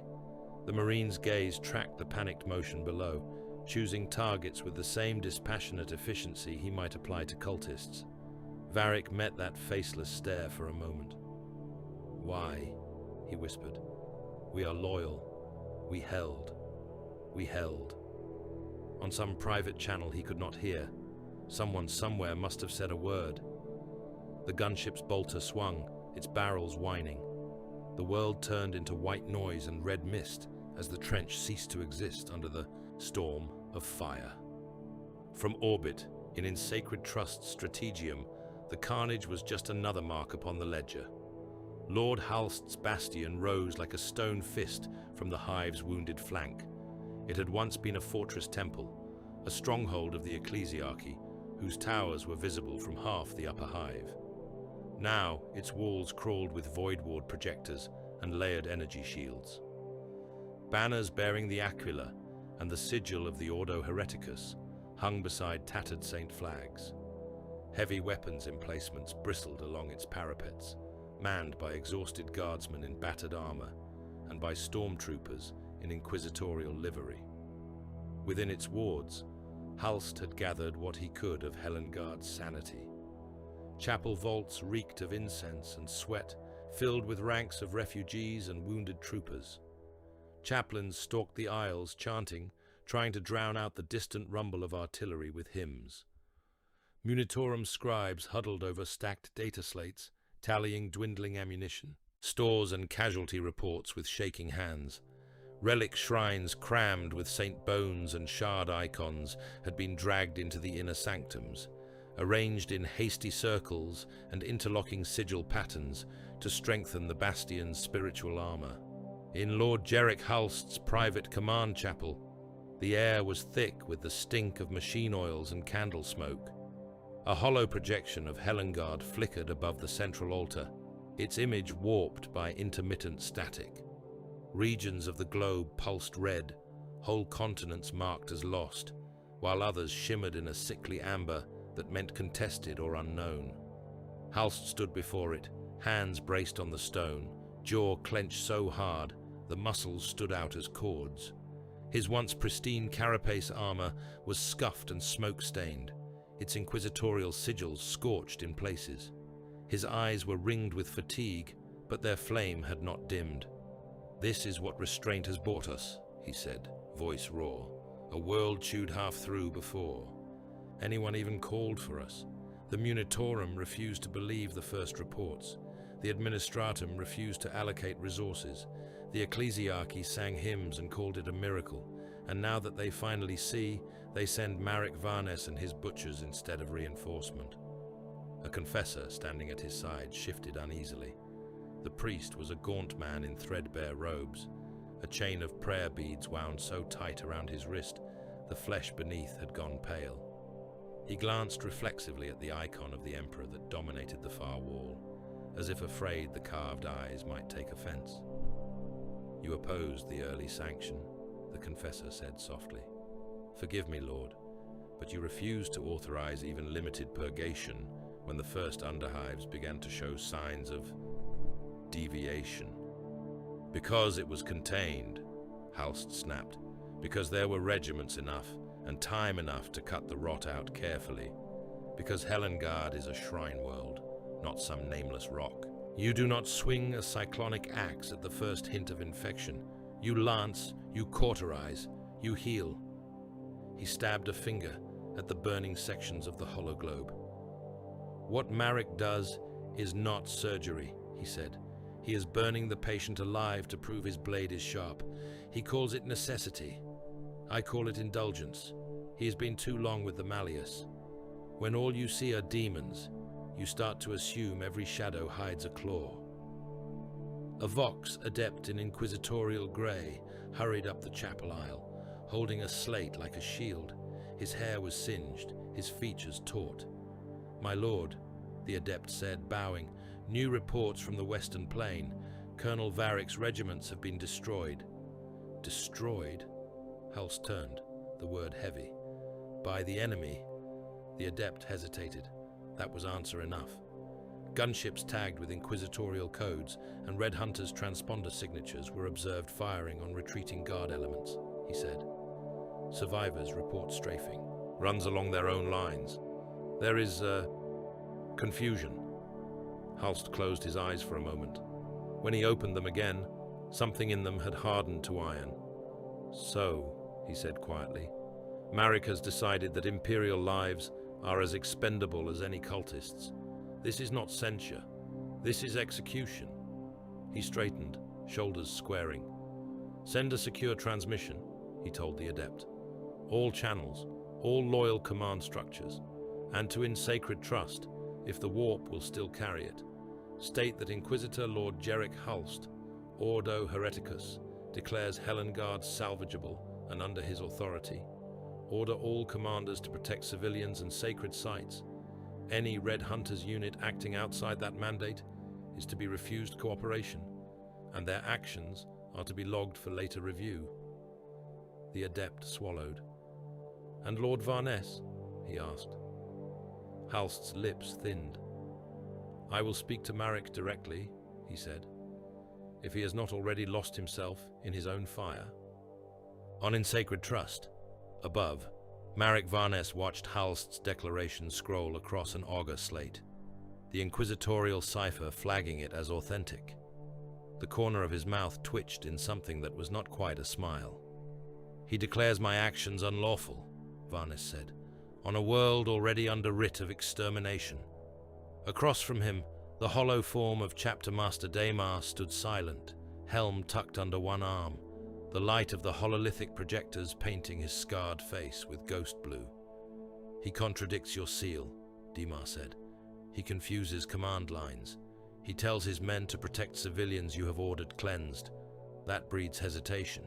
Hesitation breeds failure." "The warp loves hesitation," Varness murmured. "It slips into the doubts between breaths." He turned to Daemar fully. "This cannot stand," he said.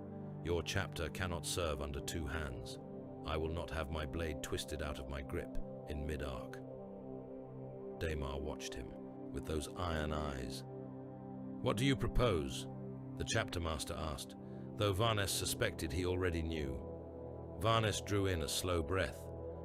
"Lord Holst is compromised," he said. "If not in soul, then in judgment. He refuses to accept that Helengard is already dead. His bastion is a point of false hope, drawing men and material that should be dying in the right places. He must be neutralized, his fortress seized, his records secured." "Neutralized," Daemar repeated. The word was clinical.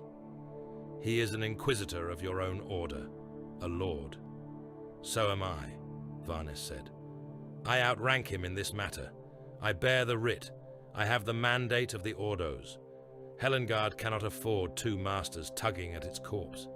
I am asking you, Chapter Master, to aim your hunters at a target within the Imperium's own command chain." There was a moment of quiet that filled the strategium like held breath. Daemar did not flare in outrage. He did not hesitate outwardly. He simply weighed. "The Red Hunters were forged to fight wars that do not officially exist," he said at last. "We have killed renegade Astartes. We have purged guard regiments that faltered.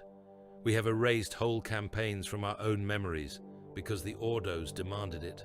We have never been asked to kill a Lord Inquisitor acting in declared loyalty to the throne." Varness met his gaze.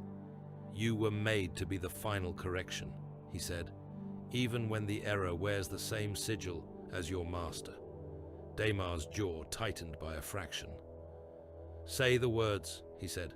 I hereby authorize and require the Red Hunters to neutralize Lord Jerick Holst of the Ordo Hereticus and seize his bastion on Helengard Prime, Varnes said. All forces under his command are to be treated as potentially compromised. Resistance is to be answered with lethal force. His archives are to be captured intact if possible. If not, they are to be destroyed. This order is given under seal. He tapped the rosette at his breast. The chamber's air seemed to tighten as the inquisitorial authority rune flared on every cogitator in the strategium, the command encoded and dispatched along the Red Hunter's private channels. Daemar bowed his head, the gesture small but absolute. "The chapter hears," he said. "The chapter obeys." When the message reached Cassian, he was descending a smoke-choked transit shaft with half his company, preparing to turn their hunt downward into the hive's bones. The Vox pinged. Seal code scrolled across his helm. For a heartbeat, raw data filled his vision. Then the command resolved into simple words. Neutralize Lord Jerick Holst. Seize his bastion. Under seal. Cassian stilled on the gantry, the hum of the lift cage vibrating through his boots. For the first time since setting foot on Helengard, a sliver of something like doubt slid between the pulses of his twin hearts. Not at the idea of killing another Imperial servant. They had done that before, at an Inquisitor's order, though never one with such rank. Not at the thought of turning his bolter on men who still shouted the Emperor's name. He had slaughtered pilgrims and guardsmen in their thousands already. It was the weight of the seals layered on this single directive. The Emperor, the Inquisition, his own chapter master, all demanding the same act, all woven together so tight that he could not see daylight between them. For a moment, in that narrow space, another thought tried to take shape. Is this what we were made for? The conditioning snarled and devoured it. He heard, as clearly as if Chaplain Chiron stood at his shoulder, the indoctrination lines spoken to him in the vaults of Monseigneur when he had first been sworn to the Ordos. Trust the seal, not your own perception. Doubt your judgment, not the writ. We are the hand, not the mind. We are the hunters in red. We do not choose where we strike. Cassian closed his eyes, behind his lenses, just long enough to recite the catechism. The Emperor is distant, he murmured over a private vox capture, just loud enough for the helm to hear. The Inquisition is his voice. The chapter is his hand. I am a finger upon that hand. Fingers do not argue with the grip. The unease shrank. Duty filled the gap. Change of objective, he voxed to the company net. We are recalled from the descent. New target is Lord Holst's bastion. We are to neutralize, under seal. Prepare for surface redeployment. On the march toward the bastion, Helengard's wound was laid bare. Red Hunters moved through streets that had become rivers of ash. Macro spires that had once housed manufactoria now burned like torches. Their upper levels collapsed, their lower levels choked with refugees who had long since ceased to be individuals. Piles of corpses lined the avenues, stacked by failing labor servitors that could no longer differentiate between dead heretic and dead loyalist. The smell was a physical thing, a wall that tried to push back against armored forms. Interrogator Focus rode in the shadow of a towering dreadnought, the ancient war machine's footsteps making the ground tremble. His jaw still ached from Chiron's casual blow. A line of staples glimmered along his cheek. His teeth did not sit quite right in his mouth anymore. He felt each jolt of the march up his spine like a hammer. "Look," he said once, voice dim even through the vox. Cassian turned his helm slightly. Ahead, the skeletal remains of a hive subspire leaned at a sick angle, its upper half sheared away by some titanic impact. What had been workers' habstacks and chapel naves now hung exposed, rooms open to the sky, furniture and bodies dangling from snapped cables. Fire crawled along the ruptured edges. Below, The impact crater was a lake of slag and molten debris.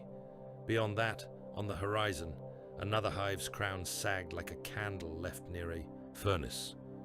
Whole sections had melted and sloughed away, leaving jagged stumps. They will call this limited collateral loss, if it ever sees a report, Focus said. They will write that a fraction of Helengard's population was expended for the preservation of the wider sector, as if any mind can truly grasp what a fraction of 30 billion is when you stand in it. Don't forget to like, comment, and subscribe. Support really helps. Cassian looked at the burnt skeletons, the heaps of anonymous dead, the smouldering macro spires. We are not meant to grasp it, he said. We are meant to ensure the numbers fall on the right side of the ledger. From orbit, the strategium scale was even more obscene. The hollow of Helengard no longer showed patches of healthy color. It was all red and amber now, the few remaining green sectors so small they might as well not exist. Data streams counted deaths and troop movements in numbers the mind refused to pass. Each tag represented millions breathed out in a line of script. Siege settled over Holst's bastion like a storm. Red hunters came at it from 3 directions, supported by commandeered guard armor and the occasional gunship run. The bastion's void shields flickered as Lascanon beams and demolisher shells slammed into them.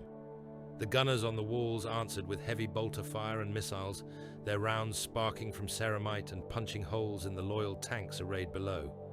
Hydra batteries spat at the skies, forcing Thunderhawks to jink away or bleed altitude while they found safer approaches. All the while, traitor forces in the wider hive pressed inward, drawn by the bastion's stubborn defiance. Cult warbands tried to storm the outer trenches, only to be raked by fire from both bastion and besiegers.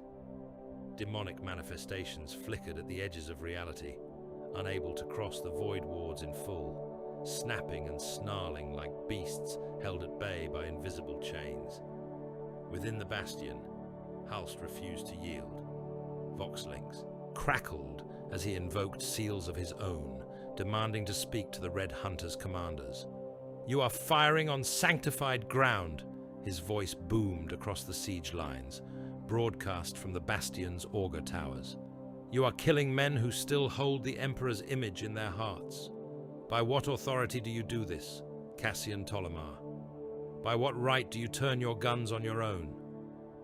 Cassian stood in the shadow of a ruined statue, helm lifted slightly as he listened. Shell bursts shook the street around him, flecks of stone pattering from the fractured saint's face. "By seal," he said, voxing back on the same wide band.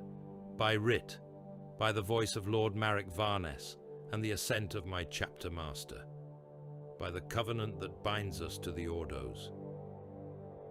"You twist that covenant into a noose," Holst snarled. "You were not made to be his personal executioners. You were sworn to the throne, not to Marek's ambition." "We were sworn to the throne through the Ordos," Cassian replied. "You question the chain. I am content to be its last link." "Then you are more lost than I thought," Holst spat.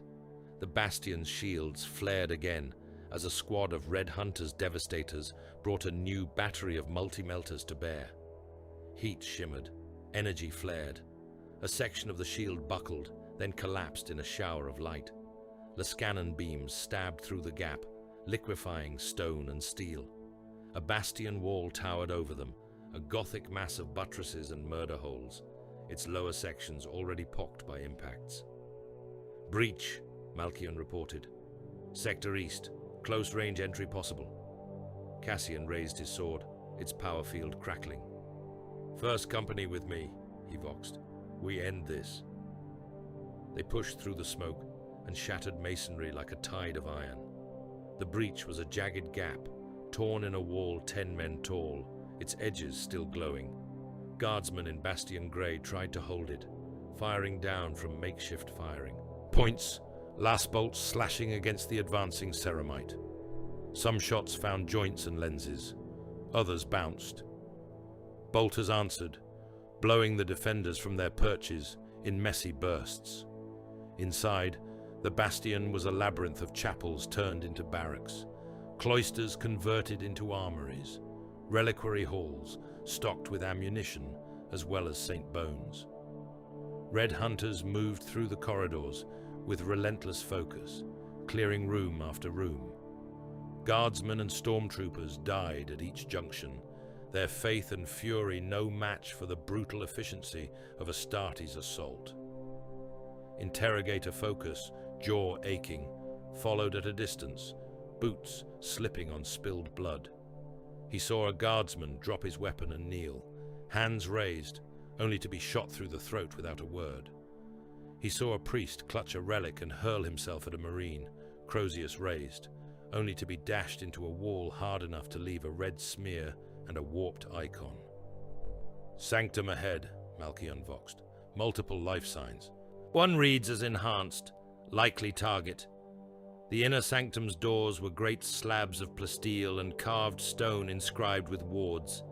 They did not withstand a melter charge. The blast blew them inward, melting their centers into a drooping hole. Smoke and heat rolled out. Cassian led the entry.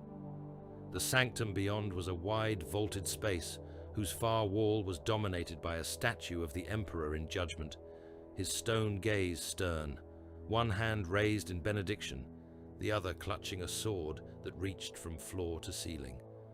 Candles flickered in racks before the statue, their light competing with the harsh glare of lumen strips. Lord Holst stood at the base of the statue, unhelmed, carapace armor scorched, rosette on his chest catching the light. Around him, a ring of guardsmen and stormtroopers formed his last bodyguard, weapons raised, faces drawn taut. The floor between them and the door was already slick with blood from those who had tried to bar the Red Hunter's path and failed. Cassian stepped through the broken doorway, bolter leveled. "Lord Holst," he said, "by seal authority, this bastion is forfeit. You will stand down and submit to inquisitorial censure." Holst laughed, a short, harsh sound. "Censure," he said. "Is that what you call it now when you put a bolt round through an inquisitor's skull? I have seen your work in this hive, Cassian Ptolemar. I have walked shrine plazas that still burn from your flamer runs.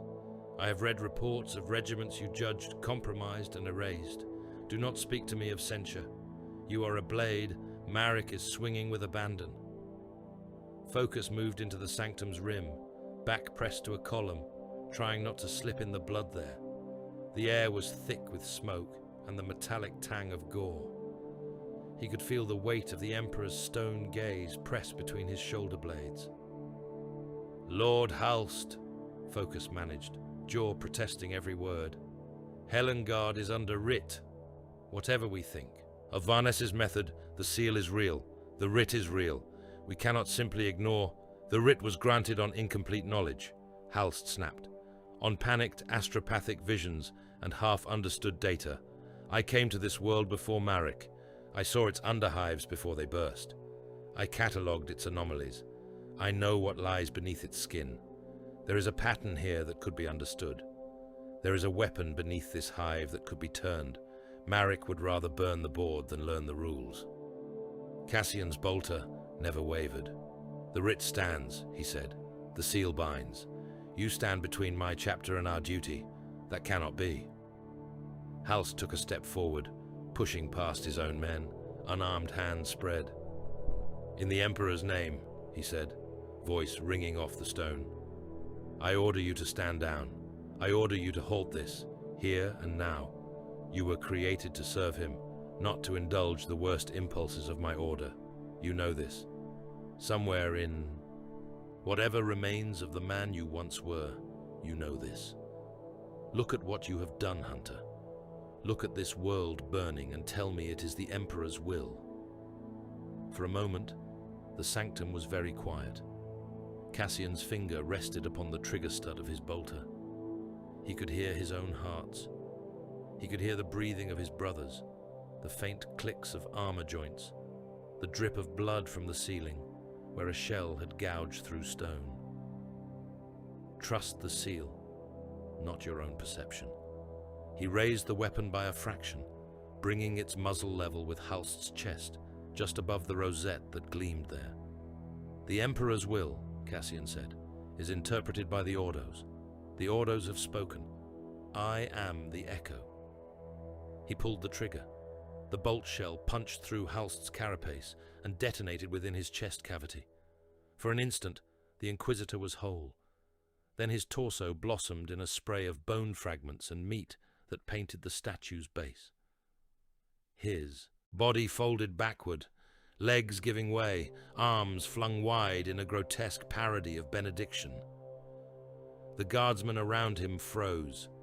Focus felt something inside him lurch, a tether snapping. He pressed a bloodied hand to the column to steady himself. The Emperor's stone eyes stared past him, unreadable.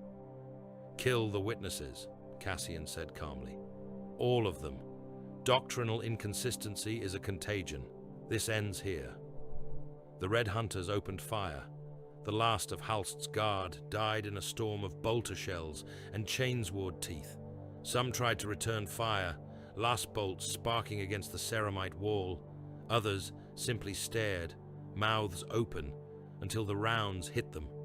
One stormtrooper dropped his weapon and lunged toward Holst's falling form, as if he could somehow catch and hold him, but he was torn apart by a burst that took him from shoulder to hip. Focus did not move. For a moment, he almost hoped a stray round would find him, that he would simply cease without having to process what he had just witnessed. None did. Perhaps the Red Hunter's aim was simply too precise. Perhaps some remnant of Varness's directive to keep his interrogator alive lingered in their subroutines. Holst's rosette lay amid the viscera at the statue's base, its surface slick. For a heartbeat it pulsed, lines of tiny script flaring along its rim. A data burst leapt from it, riding inquisitorial encryption along any Vox conduit still functional. On In Sacred Trust, Varness felt the flicker of priority code brush his augmetic senses. He caught it, dragged it into his systems, watched as it unfolded into a distorted hollow. Holst's face appeared, pale, blood-speckled, the image stuttering. "Marek," Holst said, voice ragged, "if you receive this, then you have finally done it. You have thrown away a world to keep your conscience simple." Varness narrowed his eyes. "I have seen what lies beneath Helengard Prime," Holst's recording continued. "I have walked the oldest maintenance levels. I have found an engine older than this hive, older than this world's current owners. Xenos design, Mechanicus corruption layered over it, warp energy running through it like blood. It is the heart of your precious anomalies, Marek. It bends probability. It shapes numbers. It is why this world prospered when it should have suffered. It is why astropaths see too many souls where there should be fewer. You burn the symptoms. I intended to seize the disease." The image flickered. For a moment, Holst's features doubled, splitting into a blur. "You never could stomach the idea of control," Holst said. "Only annihilation. Very well. If you will not learn from this, someone else will." The recording cut off. Varness stared at the empty projection for a moment longer. "A Xenos engine," he murmured. "Warp active and shielded beneath a shrine hive." He looked up at the Strategium's main hollow. Helengard turned, its core now marked with a pulsing symbol that had not been there before, tagged by Holst's data. Half Xenos, half Mechanicus, entirely dangerous. "Chapter Master," Varness said, turning to Damar's waiting hollow. "The scribbles beneath our feet have just become legible." He gestured. The projection shifted, diving through the layers of rock and infrastructure beneath the hive until it settled upon a vast chamber deep in the world's crust. At its center sat a machine that did not fit the mind's expectation of machinery. It was all angles that did not meet properly, and curves that bent away from the eye. Its surfaces a fusion of alien alloys and Mechanicus plating etched with wards. Energy pulsed through it in slow throbs, a heartbeat that did not quite sync with the rest of reality. "This is the warp heart," Varnes said, "the focal point of the storm, the source of Helengard's false bounty, the thing that is teaching the numbers to lie." Daemar regarded the image. "It is large," the chapter master said, "well shielded, deep." "And now we know where it is," Varnes replied. "Holst was wrong about many things, but not about this. It cannot be left intact. If the enemy learns how to make more of these, entire sectors will vanish into their lies before we even notice." He touched the exterminatus writ at his belt.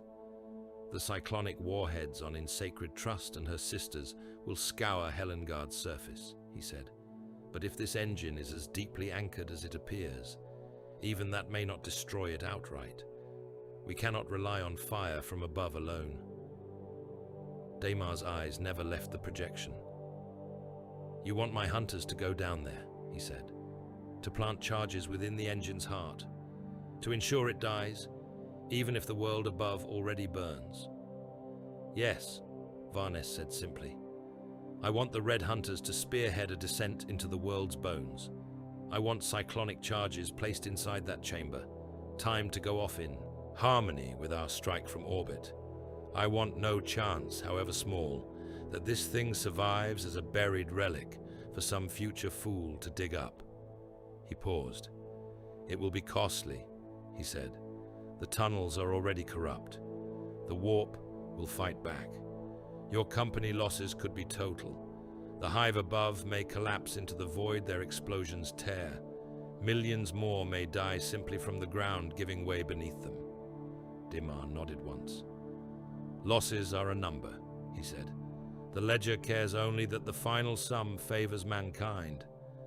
He looked at Cassian's rune pulsing on a side display, indicating the brother captain's location within Helengard's maelstrom. "I will send Cassian," he said. "He has walked this world's horrors from the first purge. He will write the last line." "Then we have an accord," Varnes said. He turned his gaze back to the ghostlight image of the engine deep beneath Helengard. "Let the surface burn," he said quietly. "Let the guard bleed. Let the shrines fall. We will reach into the heart and tear it out, even if we have to break the ribs of this world to do it." Monseigneur was a dead world and a living secret. Once it had known oceans. Now its seas were dust plains that glimmered like old bone under a pale, thin sun. The air was dry and cold and tasted faintly of iron. Mountains rose like jagged teeth, their flanks carved by time and war into stepped plateaus and sheer cliffs. Upon those cliffs, on a spur of black stone, the fortress monastery of the Red Hunters crouched with the patience of a sniper, its walls fused into the bedrock, its towers armored in adamantine and faith. Around it, at careful distance, other bastions broke the horizon, squat fortresses bearing the sigils of the great Ordos, their heavy guns and auger masts pointed inward as much as out. Between them and the chapter citadel, there lay only killing fields and mine belts and lines of silent gun servitors, all aimed at the narrow passes that led up to the gates. On Monseigneur, trust was measured in blast radius and firing arcs. The Red Hunters shared their world with the Inquisition, but no one pretended it was a matter of comradeship. It was cohabitation between predators, each with orders never to show its throat. Cassian remembered marching through the fortress monastery's inner cloisters when he was still fresh elephant, not yet a captain, his armor newer, his scars fewer. The cloisters were high vaulted halls whose stone ribs were carved with oaths in high Gothic, each word picked out in flaking gold. Statues of nameless warriors lined the passage, helmed and robed, their faces concealed, their bases inscribed only with dates and the word redacted. Beside him, 100 battle brothers walked in silent file, their footfalls a steady drumbeat on the worn flagstones. No chants, no hymns. Their silence was its own litany. Ahead, the chapel of Consolmentum waited. Its doors were slabs of black ironwood, banded in brass, carved with hexagrammatic wards and the triple sigil of the Ordos. As Cassian approached, the air grew cooler, the lumen strips dimming slightly, as if the chapel drank light as easily as it drank sound. The doors opened without visible hands, their hinges whispering. Inside, the space was not like the chapter's other shrines. There were no stained glass windows here, no statues of the Emperor triumphant, no relic banners. The walls were bare stone, sweating faintly. The floor was a grid of grated metal, beneath which cables and conduits pulsed with slow, sullen light. Suspenser rigs hung from the ceiling in neat rows, each bearing a padded steel couch tilted at a slight incline. Above each couch, a halo of articulated arms and sensor clusters waited, their lenses dark, their surgical tools folded like the legs of sleeping spiders. At the chapel's far end, behind a rail of cold iron, tech marines of the chapter stood in crimson and gunmetal, their servo harnesses hunched over cogitator lecterns. Their faces were half mask, half metal, eyes replaced by lenses that glimmered with the glow of data flow. Beside them, chaplains in skull helms and heavy armor murmured litanies under their breath, crozier staves planted upon the grated floor. Cassian's squad halted at the threshold. A chaplain's gaze locked on him, black lenses gleaming. "Brother Cassian Ptolemy," the chaplain said. Vox distortion turned his voice into a hollow echo. "You have been selected to submit to the rites of Consolmentum." "I submit," Cassian said. "Do you understand what will be taken?" the chaplain asked. Cassian hesitated. Understood. The word was a trap. He knew what the rites were in doctrine. He had never stood beneath their halo before. "Memory that may imperil the species," he said carefully. "Knowledge that must not be held. Specifics of campaigns deemed too corrosive for retention. We retain only fragments. Doctrine. Lessons." "Good," the chaplain said. "You understand enough." He gestured to an empty couch. Cassian moved to it, lay back, and felt the suspensor field catch his weight. The padded steel was cold even through his undersuit. Servitors shuffled close, pallid things whose eyes had been replaced with augmetic nodes. They fixed restraint clamps about his wrists and ankles, adjusted the angle of the couch, tilted his head back to expose the base of his skull. Above him, the halo of instruments descended. Fine articulated arms unfolded, each bearing a different device. Some hummed with restrained energy. Others glinted with surgical edge. A central node lowered until it hovered a hand's breadth above his shaven scalp, its surface inscribed with wards and tiny sigils that crawled like insects in the half-light. A tech marine loomed into view, servo harness arms twitching behind him. "Cortex plugs aligned," the tech marine intoned. "Mnemonic filaments ready. Induction. Field stable." Chanting rose from the chaplains, a low murmur that wove with the hum of machinery. "Identify the campaign to be cut," the chaplain overseeing Cassian said. A picked rune flared into life in the air above Cassian's eyes.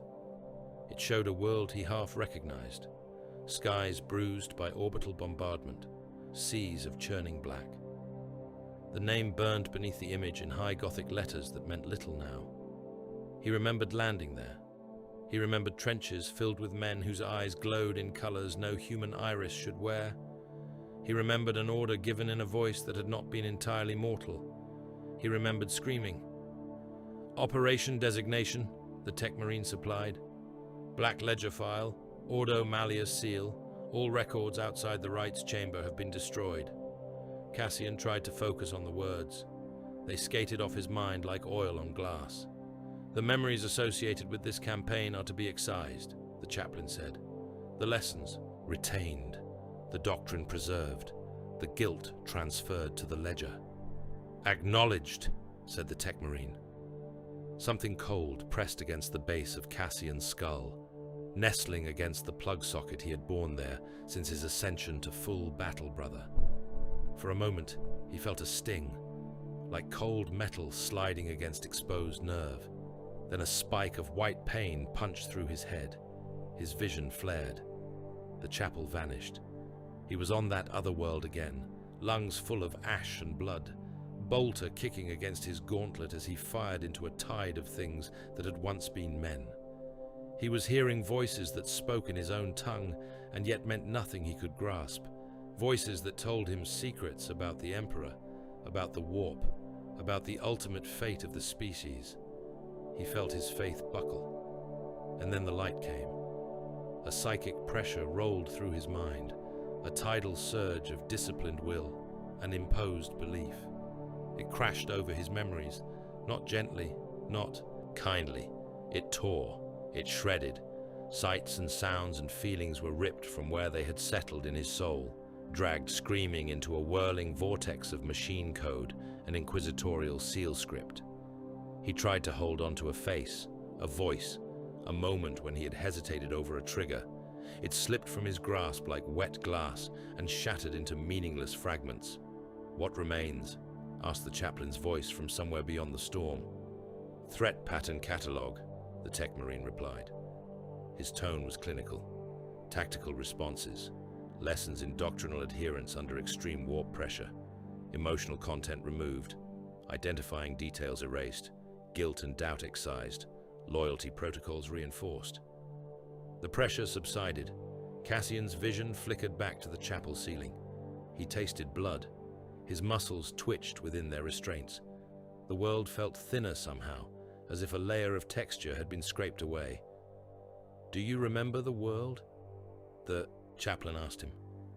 Cassian tried. He remembered firing his bolter. He remembered that his armor had been stained. He remembered that he had obeyed orders. Beyond that, there was nothing but a blank wall. "No," he said. "Do you remember failing?" the chaplain pressed. Cassian considered. Failure. The word sat oddly. Had he? If he had, it had been corrected. The rites saw to that. "No," he said again. "Then our work is done," the chaplain said. They unshackled him, pulled the halo away, and raised the couch. As Cassian swung his legs down and stood, unsteady for a heartbeat, he saw the others in his squad, undergoing their own purges, their faces slack or contorted, their skull ports glimmering with new scar tissue. Some had already risen, helms in hand, expressions as blank as his own. In the shadows at the back of the chapel, watching with folded arms, stood Chapter Master Daemar. He had been there from the beginning, Cassian realized. He had watched each brother strapped down, watched each mind torn and stitched. His face had not changed. Now, as Cassian's gaze met his, something like pity touched the Chapter Master's eyes. It was gone in an instant, swallowed by iron. "Report," Daemar said. Cassian straightened. "Memories excised," he said. "Doctrine retained. I am ready to be redeployed, my lord." Daemar nodded. "You will be," he said quietly, "again and again, until the ledger is finally balanced." Later, in a chamber deep beneath the fortress monastery, Daemar stood alone with those who held that ledger. The chamber was small by the standards of the citadel, its walls lined not with banners, but with shelves of adamantine caskets and data shrines.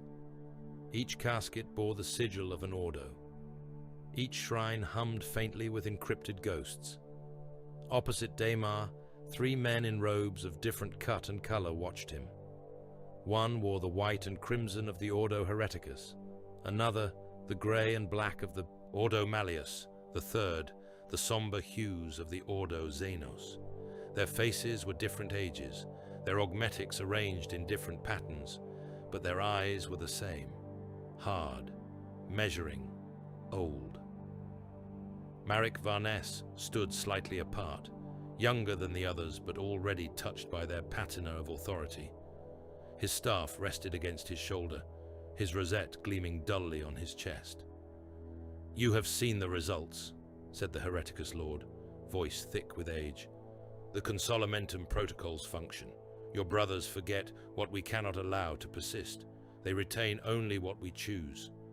They retain what the Emperor needs them to retain, the Malleus Inquisitor corrected, his tone sharper. Threat patterns, response doctrines, the rest is indulgence. Our enemies feed on guilt and introspection. Your chapter will be clean. And you, Daemar? Asked the Xenos Lord. You alone remember the campaigns we cut from your sons. How stands your mind beneath such weight? Daemar's lips twitched. I was chosen, he said, not for strength alone, for capacity. When I die, another will be chosen. He will take the title. The name is not mine. It is a burden passed from one bearer to the next, along with all the histories you insist must not die, even as you forbid them to be spoken. You understand why it must be so, Varnes said. It was not a question. Yes, Daemar replied. Someone must remember. If not, you will begin to repeat yourselves without realizing it. You will throw my chapter at the same type of wound again and again, calling it a new disease each time. Memory is a weapon too, even a poisoned one. You accept the cost, said the Hereticus Lord. It is my chapter's purpose, Daemar said. We were created in your shadow. We cannot step out of it now. The present returned like a falling hammer. Helengard's deep transit shafts screamed as grav elevators plunged down their lengths, brakes shrieking against the load. Cassian stood in the rattling cage, armor braced against the sway, the red glow of emergency lumens strobing across his helm. Around him, his strike force packed the platform, bolters and blades at the ready, vox beads hissing with the dull thunder of distant collapses. The descent took them through the hive's underworks, past levels that had once housed transport hubs and mid-hive freight routes, now collapsed or flooded with toxic slurry. They passed through zones where the walls were slick with condensation from ruptured coolant lines, where fungus molds had colonized whole corridors, their filaments shivering as the Astartes' boots thundered past. Every stop saw fighting. In one level, cultist laborers surged out of maintenance bays and tool cribs, wielding rivet guns and heavy cutters as weapons. Their faces were smeared with grease and blood, their eyes wide and bright with the warp's shimmer. Cassian's men cut them down in drifts there, bodies tumbling from gantries into darkness. In another, warped things crawled along the ceilings, their limbs splayed grotesquely, their fingers ending in metal splinters that had once been tools. They scuttled like spiders, dropping onto the Red Hunters' backs, trying to pry at armor seals. Chainswords rose and fell, spraying black ichor across the lumen strips. Interrogator Focus stumbled along in the shadow of Cassian's Terminators, his boots slipping on oil and blood alike. The lower they went, the louder the hive's death rattle became. Machinery screamed somewhere in the depths, tortured by stresses it had never been meant to bear. Gravity lurched at odd moments, a sideways pull that tugged at organs and made mortals retch inside their rebreathers. Sector designation, voxed a tech marine through the shriek. Depth approxy. His voice stuttered as his augers bristled. Warp interference increasing, he managed. Readings unreliable. The elevator ground to a halt, at a level far below the last marked stop. The doors shook, then opened onto a wide transit concourse that had been transformed into a crude command post. Imperial engineering cohorts moved through the space, their orange and grey uniforms stained, their cog glyphs smeared. Makeshift triage stations had been set up beneath sagging banners, wounded men lying on stretchers improvised from crate lids. Portable Auspex rigs hummed, their screens flickering. Stacks of plasteel support struts rose like skeletal trees, waiting to be installed.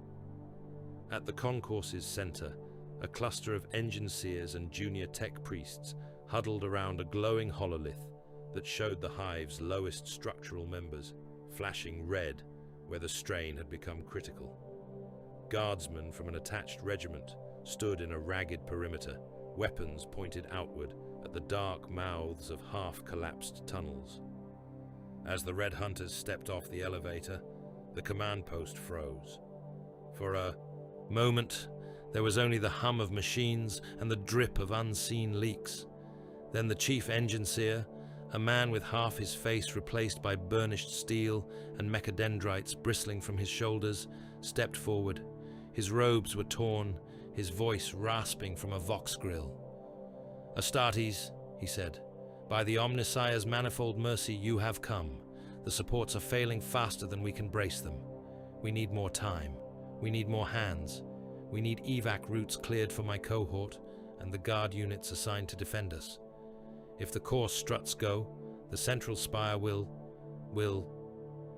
His augmetic eye flickered as its feed spasmed. Cassian listened.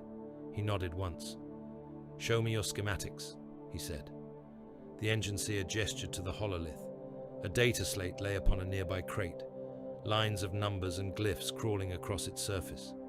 Cassian picked it up, the slate looking absurdly tiny in his gauntlet. He scanned the simplified overlays, taking in the pattern of crumbling supports and overstrained beams. He opened a Vox channel to the Strategium. "Lord Varnes," he said, "we have encountered an engineering cohort attempting to shore up the geo-supportive structures beneath the core spire. Their data shows multiple imminent failures along the strata above the artifact chamber. Evacuation would be difficult." Varnes's voice came back dry, touched with the interference that grew worse the farther they went. "They are still working," the Inquisitor said. "Still attempting to save a world that is already condemned. Admirable. Misplaced. You will use their schematics. Once you have extracted all useful information, you will consider them compromised witnesses and erase them." Focus blinked. "Lord," he cut in before he could stop himself, "they are loyal. They have been holding these supports together with their own hands, while everything collapses above them. They have not broken. We can show them." "The warp heart," Varnes interrupted, his tone still conversational. "We can let them see things no sane mind should carry?" "No. The deeper you go, Interrogator, the less room there is for sentiment. Their loyalty is not in question. Their continued existence is." The channel clicked off. Cassian let the slate drop back to the crate with a clack. He looked at the engine seer. "You have done well," he said. The mortal's shoulders sagged. Relief stirred in his human eye. "We will relocate you," Cassian continued. "Your work here is complete. The structures above will hold long enough for the Emperor's will to be done below." The engine seer's mechadendrites twitched. "Relocate where?" he asked. "The shafts above are compromised. We have no transport. The guard will hold their positions," Cassian said. "As they were ordered. You will go to the Emperor in the knowledge that you stabilized this place long enough for his hunters to reach the heart." The words did not fully register, not until Cassian turned his helm slightly. "Squad," he voxed. Bolters came up with practiced simultaneity. Focus opened his mouth. Whatever he meant to say drowned beneath the sudden thunder. Shells tore through the engine seer and his closest subordinates, detonating inside their bodies, shredding flesh and augmetic metal alike. Guardsmen in the perimeter flinched, some raising their weapons in reflex, others simply staring as their charges died. They were cut down next, rounds punching through armor and bone, filling the concourse with a fine red mist. The wounded on their makeshift stretchers had time only to jerk or cry out before the storm reached them. One man rolled off his pallet, dragging his bandaged legs, leaving a smear of blood and fluids, before a stray shot took his head off. Focus stood frozen, hands half raised, teeth grinding against each other. "This is necessary?" he whispered, his voice barely audible even to himself. "This is procedure," Cassian said. One figure had survived the initial volley, an attached sanctioned psyker, his eyes covered by a spiked brass hood, his arms bound in chains etched with sigils. The bullets had chewed through his shoulder and hip, but not yet killed him. He lay twitching, breath coming in ragged gasps. As the last echoes of gunfire faded, the psyker convulsed. The air around him shimmered with sudden pressure. "I see them," he gasped, voice stretched too thin. Red angels hunting their own reflections, hunting their own memories. They walk in circles through the same blood over and over, and they do not remember where they have bled before. Cassian took a step toward him. "Lord Varness," the psyker choked. "He claws at the numbers. He pulls threads that were not his to touch. The ledger is—" His words ended in a wet crack as a bolt round blew apart his ribcage. Varness's voice crackled over the vox. A second later. "I heard enough," the Inquisitor said. "Loose tongues are as dangerous as open warp gates." The deeper they went, the less the world cared about being solid. Corridors narrowed into service shafts, then widened again into vast, echoing caverns carved by forgotten machines. Walls sweated not just water, but thicker things, streaks of dark that glistened in the lumen light and smelled like old meat. Sometimes the overhead strips flickered and went out, leaving only the greenish glow of helm lenses and muzzle flash. Sometimes they blazed too bright, stuttering through colors no lumen should know. Gravity became a suggestion rather than a rule. At times Cassian felt lighter, his armored bulk almost buoyant as he crossed certain thresholds. At others it increased, his boots hitting the floor with jarring weight. Mortals fared worse. Guardsmen supporting the strike force staggered under sudden shifts, some collapsing, legs snapping under their own mass as gravity spiked for a heartbeat and then receded. In one tunnel, time itself seemed to stutter. Focus watched a droplet of leaking coolant hang in the air for a span of heartbeats, trembling before it decided to fall. In another, he glimpsed Cassian ahead of him, turning a corner, but when he took 2 quick strides to catch up, the captain was suddenly behind him, as if the corridor had folded. A guardsman began to laugh, not a sane laugh, a high, bubbling giggle that turned into a shriek. "I have been here," the man gibbered, dropping his lasgun, clutching his head as if trying to tear something out. "We have been here. I remember this wall. I remember dying here." One of the red hunters shot him through the back of the skull without slowing. "Keep moving," Cassian said. "The deeper we go, the more the warp will try to distract us with tricks. Ignore them. Trust your auto-senses, not your eyes." "Trust the seal, not your perception," murmured one of his brothers. Above them, in cold void, in sacred trust waited with her torpedoes armed. In the Lancerum, menials and tech marines moved along lines of cyclonic warheads, chanting machine cant and catechism alike. The torpedoes were monsters in their own right, enormous cylinders of armored hull containing apocalyptic fire, each one capable of turning a city into ash, a continent into glass. Chapter. Master Daemar stood upon a high observation platform that overlooked the torpedo galleries. His armor was polished, his helm held at his side. Before him, a hololith projected the countdown in runes of blue light. No numerals, no ticks, just a line of script that throbbed in time with the warship's heart, measuring the narrowing window. "Failsafe protocols engaged," reported a tech marine. "If we lose contact with the strike force, if their life signs cease, if the warp signatures from the artifact exceed the thresholds agreed with the Ordos, the torpedoes will launch automatically. Cyclonic saturation will follow. Helengard will be cinder and plasma storm." Daemar watched the line of script pulse. "This is not the first time we have armed such a failsafe," he said. "No," the tech marine replied. "Nor will it be the last," Daemar said. "Until the last war." "Until the last war," echoed the tech marine. Somewhere deep in the ship, the records of previous worlds blinked quietly in locked data vaults. Worlds whose names only Daemar still remembered. Worlds that had burned while a handful of red-armored figures walked tunnels like these, performing duties they would never recall. In the tunnels, Cassian felt it. a dragging sensation along the edges of his mind, as if invisible fingers were rifling through drawers, checking for something, tutting when they found only emptiness.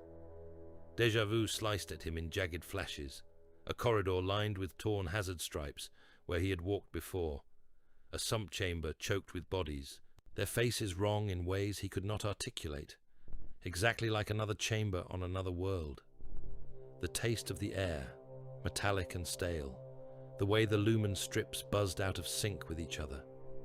For a moment, he saw himself in third person, helmed, faceless, moving through a different tunnel under a different sky. The insignia on his pauldron was the same, the kill strokes identical, the bodies just as nameless. How many times had he descended like this? He could not remember. That knowledge was not his to hold. It belonged to the sealed vaults on Monseigneur and to the mind of the man who bore the title Daimar. Cassian closed his eyes for a heartbeat, then opened them again. The tunnel ahead waited, sloping down toward a light that was not the color of any lumen. Whatever he did next, whatever horrors the warp heart would vomit into his path, whatever decision he might be forced to make with cyclonic fire humming far above, he knew one thing with the certainty that underpinned all his conditioning. He would not remember this place. It would be torn from him on an iron couch beneath the chapel of Consolmentum. The details flensed away, the guilt filed under a ledger number he would never see. He would wake clean. He would be told he had done his duty. Then he would be sent down into another dark. "Forward," Cassian said, stepping toward the wrong-colored light. "Huntsman, the heart is close." Behind him, the red hunters followed, boots ringing on metal, bolters ready, the echo of their footfalls chasing them into the depths, like the memory of campaigns already erased. The core chamber was a wound in the world. The tunnel finally opened into a space so vast that Cassian's helm autosenses struggled to render its scale. The Vox pinged a brief overload warning as depth and distance refused to resolve cleanly. It was like standing in the hollowed heart of a mountain that no sane hand had cut, where angles did not meet correctly and gravity forgot its own rules.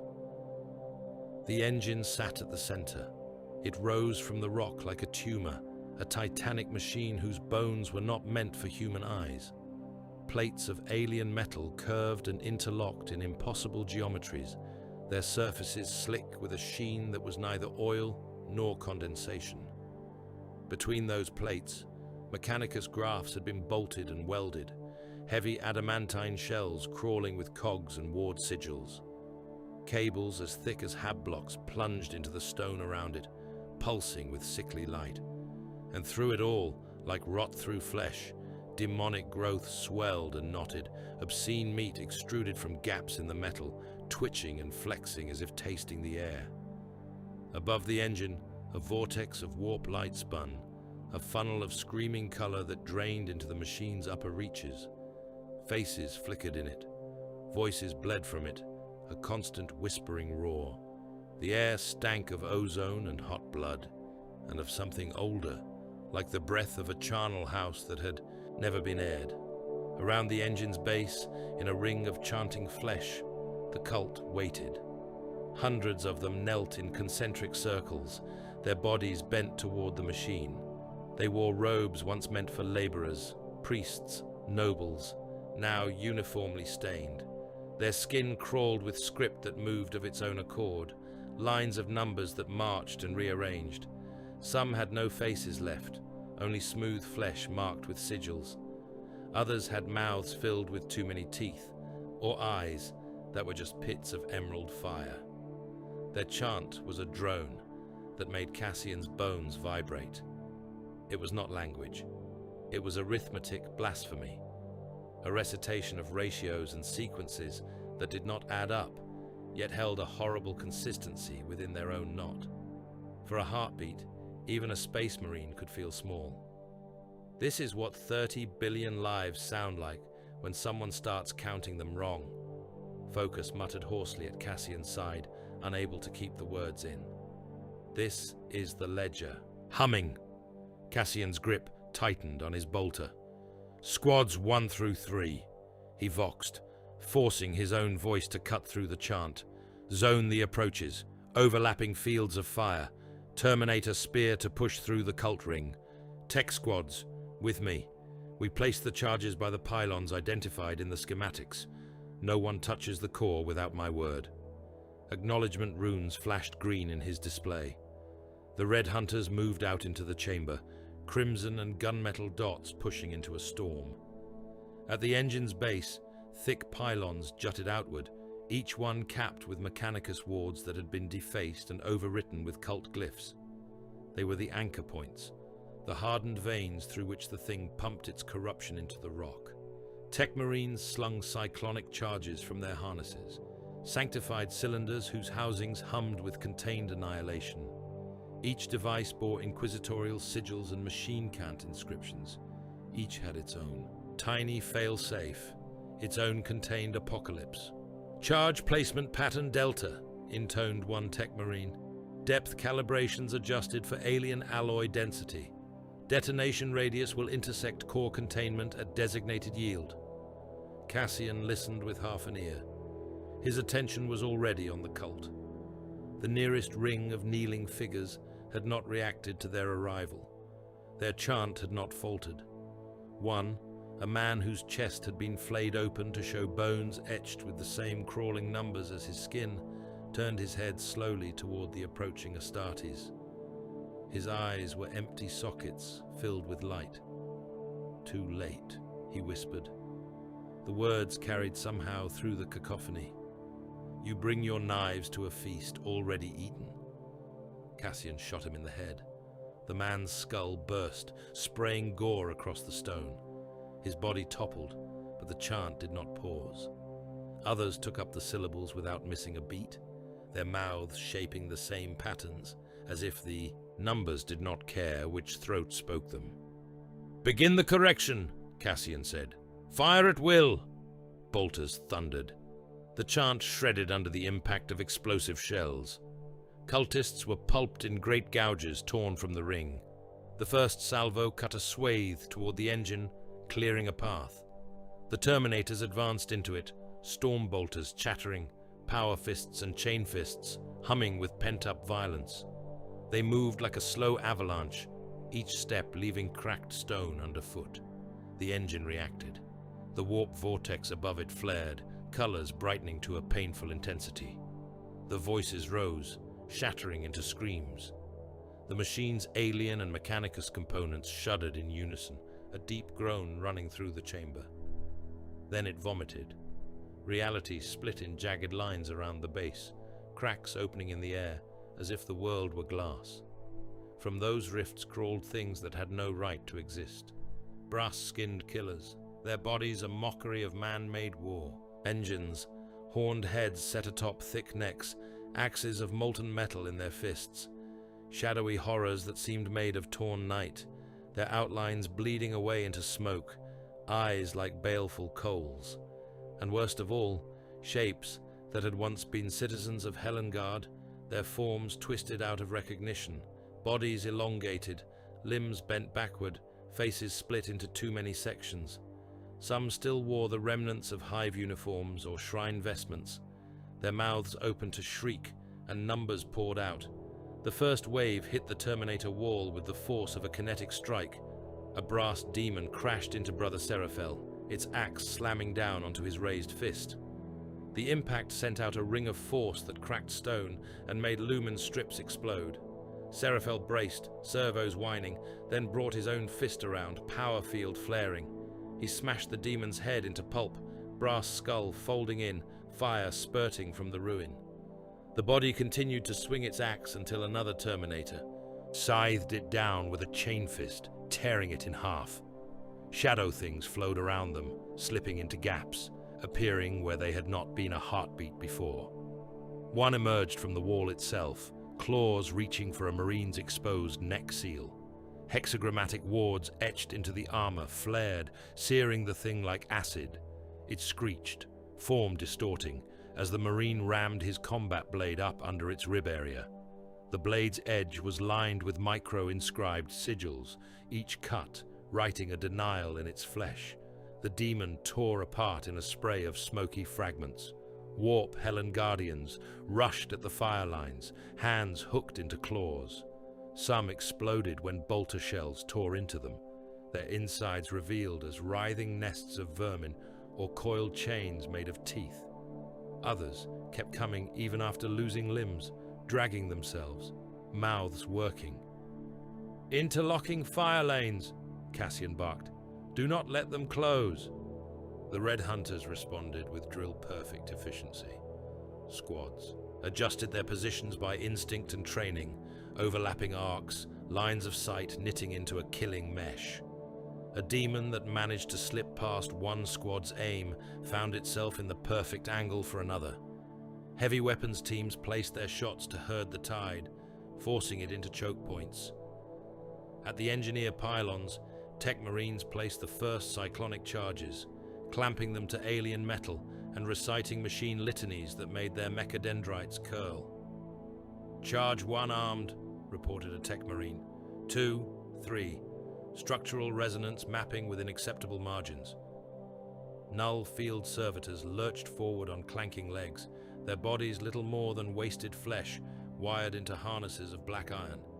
Each one bore a device upon its hunched back, like a shrunk-down version of a stasis vault, its core emitting a dull, oppressive throb. As they lurched closer to the densest warp flows, their null cores pulsed, pressing in on psycho senses. One of the shadow demons screamed as a servitor approached, its form tearing and losing cohesion, like smoke being sucked toward a drain. It lunged at the null field, claws scrambling, but where its hands touched the invisible boundary, its flesh simply ceased to be.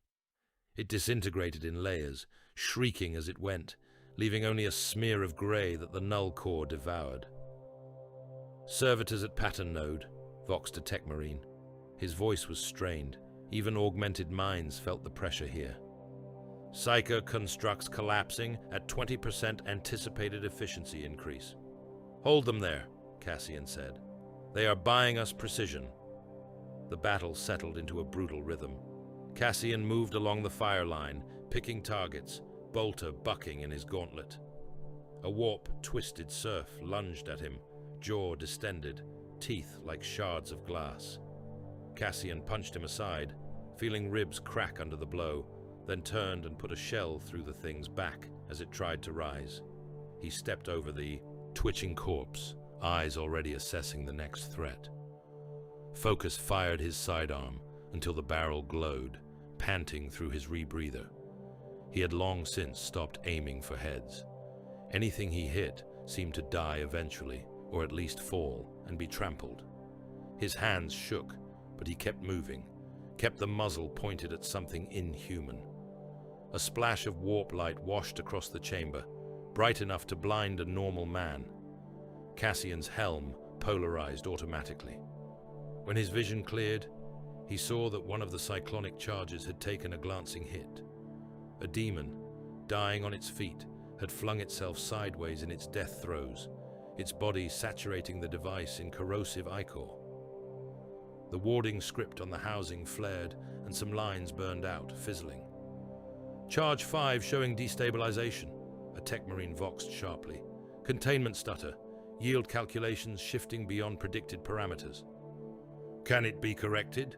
Cassian demanded, still firing. A pause. In that heartbeat, 3 more Red Hunters fell, their armor crumpling under impossible claws. "Not at this locus," the Tech Marine replied. "The core inductors have been compromised. If we trigger the sequence as planned, Charge 5 may detonate out of sync. It could punch a direct aperture into the warp instead of harmonizing with the others. A larger storm, uncontrolled." Cassian's gaze flicked to the engine's heart. The machine writhed. Its surfaces crawled with hateful life. The vortex above it spun faster now, threads of raw unreality whipping down into its upper sections. It pulsed like a heart, every beat sending a shudder through the stone. Somewhere beyond the roar of battle, he fancied he could hear it breathing. "Alternate pattern?" he snapped. "We can remove Charge 5 from the sequence," the Tech Marine said. even as his servo harness lashed out to bat aside a grasping limb. Detonate the others only. That may damage the outer structures, but there is significant risk the core will endure. Combined with cyclonic bombardment from orbit, it may still... possibly. He trailed off. Possibly. A word that had no place here. Vox feeds crackled, crowding Cassian's ear. Panicked voices from above, cutting in around the combat chatter. First Army Command to any listening asset. We are losing the line at the southern spire. Warp anomalies opening in the rear echelons. Men are vanishing without a sound. We need reinforcement. We need artillery from the Hive's own guns, targeting our fallback positions. Red armor on the fire control decks. They are... Emperor, help us. They are turning the bastion cannons inward. They are... Storm approaching from the west, not weather, something else. The sky is bleeding numbers. Every Auspex readout just strings of the same sequence. Men are cutting their own throats or laughing or both. Please, someone, anyone. I do not want to die counting. Each report cut off in static, in screams, in the flat snap of lasfire or the bass roar of heavy weapons. Cassian saw flashes in his mind's eye. Guardsmen being swallowed by cracks that opened in the air. Whole regiments turned to ash by friendly barrages as Red Hunters gunners judged them liable to break. Cities collapsing like rotten teeth. 30 billion souls, give or take whichever figure the administratum would decide was acceptably precise. In the core, those souls hummed in the engine's voice. Focus flinched at each Vox fragment. He could taste ashes. The numbers chased each other around his skull. He thumbed his own Vox rune, switching to a band he knew carried upward. Lord Varnes, he snapped. You hear this? You hear what is happening up there while we die down here? This was not a rescue mission. This was never about a salvage. You brought the chapter and these men here to feed your writ and your curiosity. You orchestrated Helengard's death from the first. Signature. You could have ordered the cyclonics fired when the first hives turned. You did not. You wanted data. You wanted whatever that thing is beneath us. You traded a world for a lesson. Static hissed. Then Varnes's voice came back, smooth, with only a hint of strain. Truth, he said, is a luxury Helengard cannot afford. Not the kind you mean, not the kind that would comfort you. The only truth that matters now is whether that engine dies or not. If it lives, the warp learns a new trick.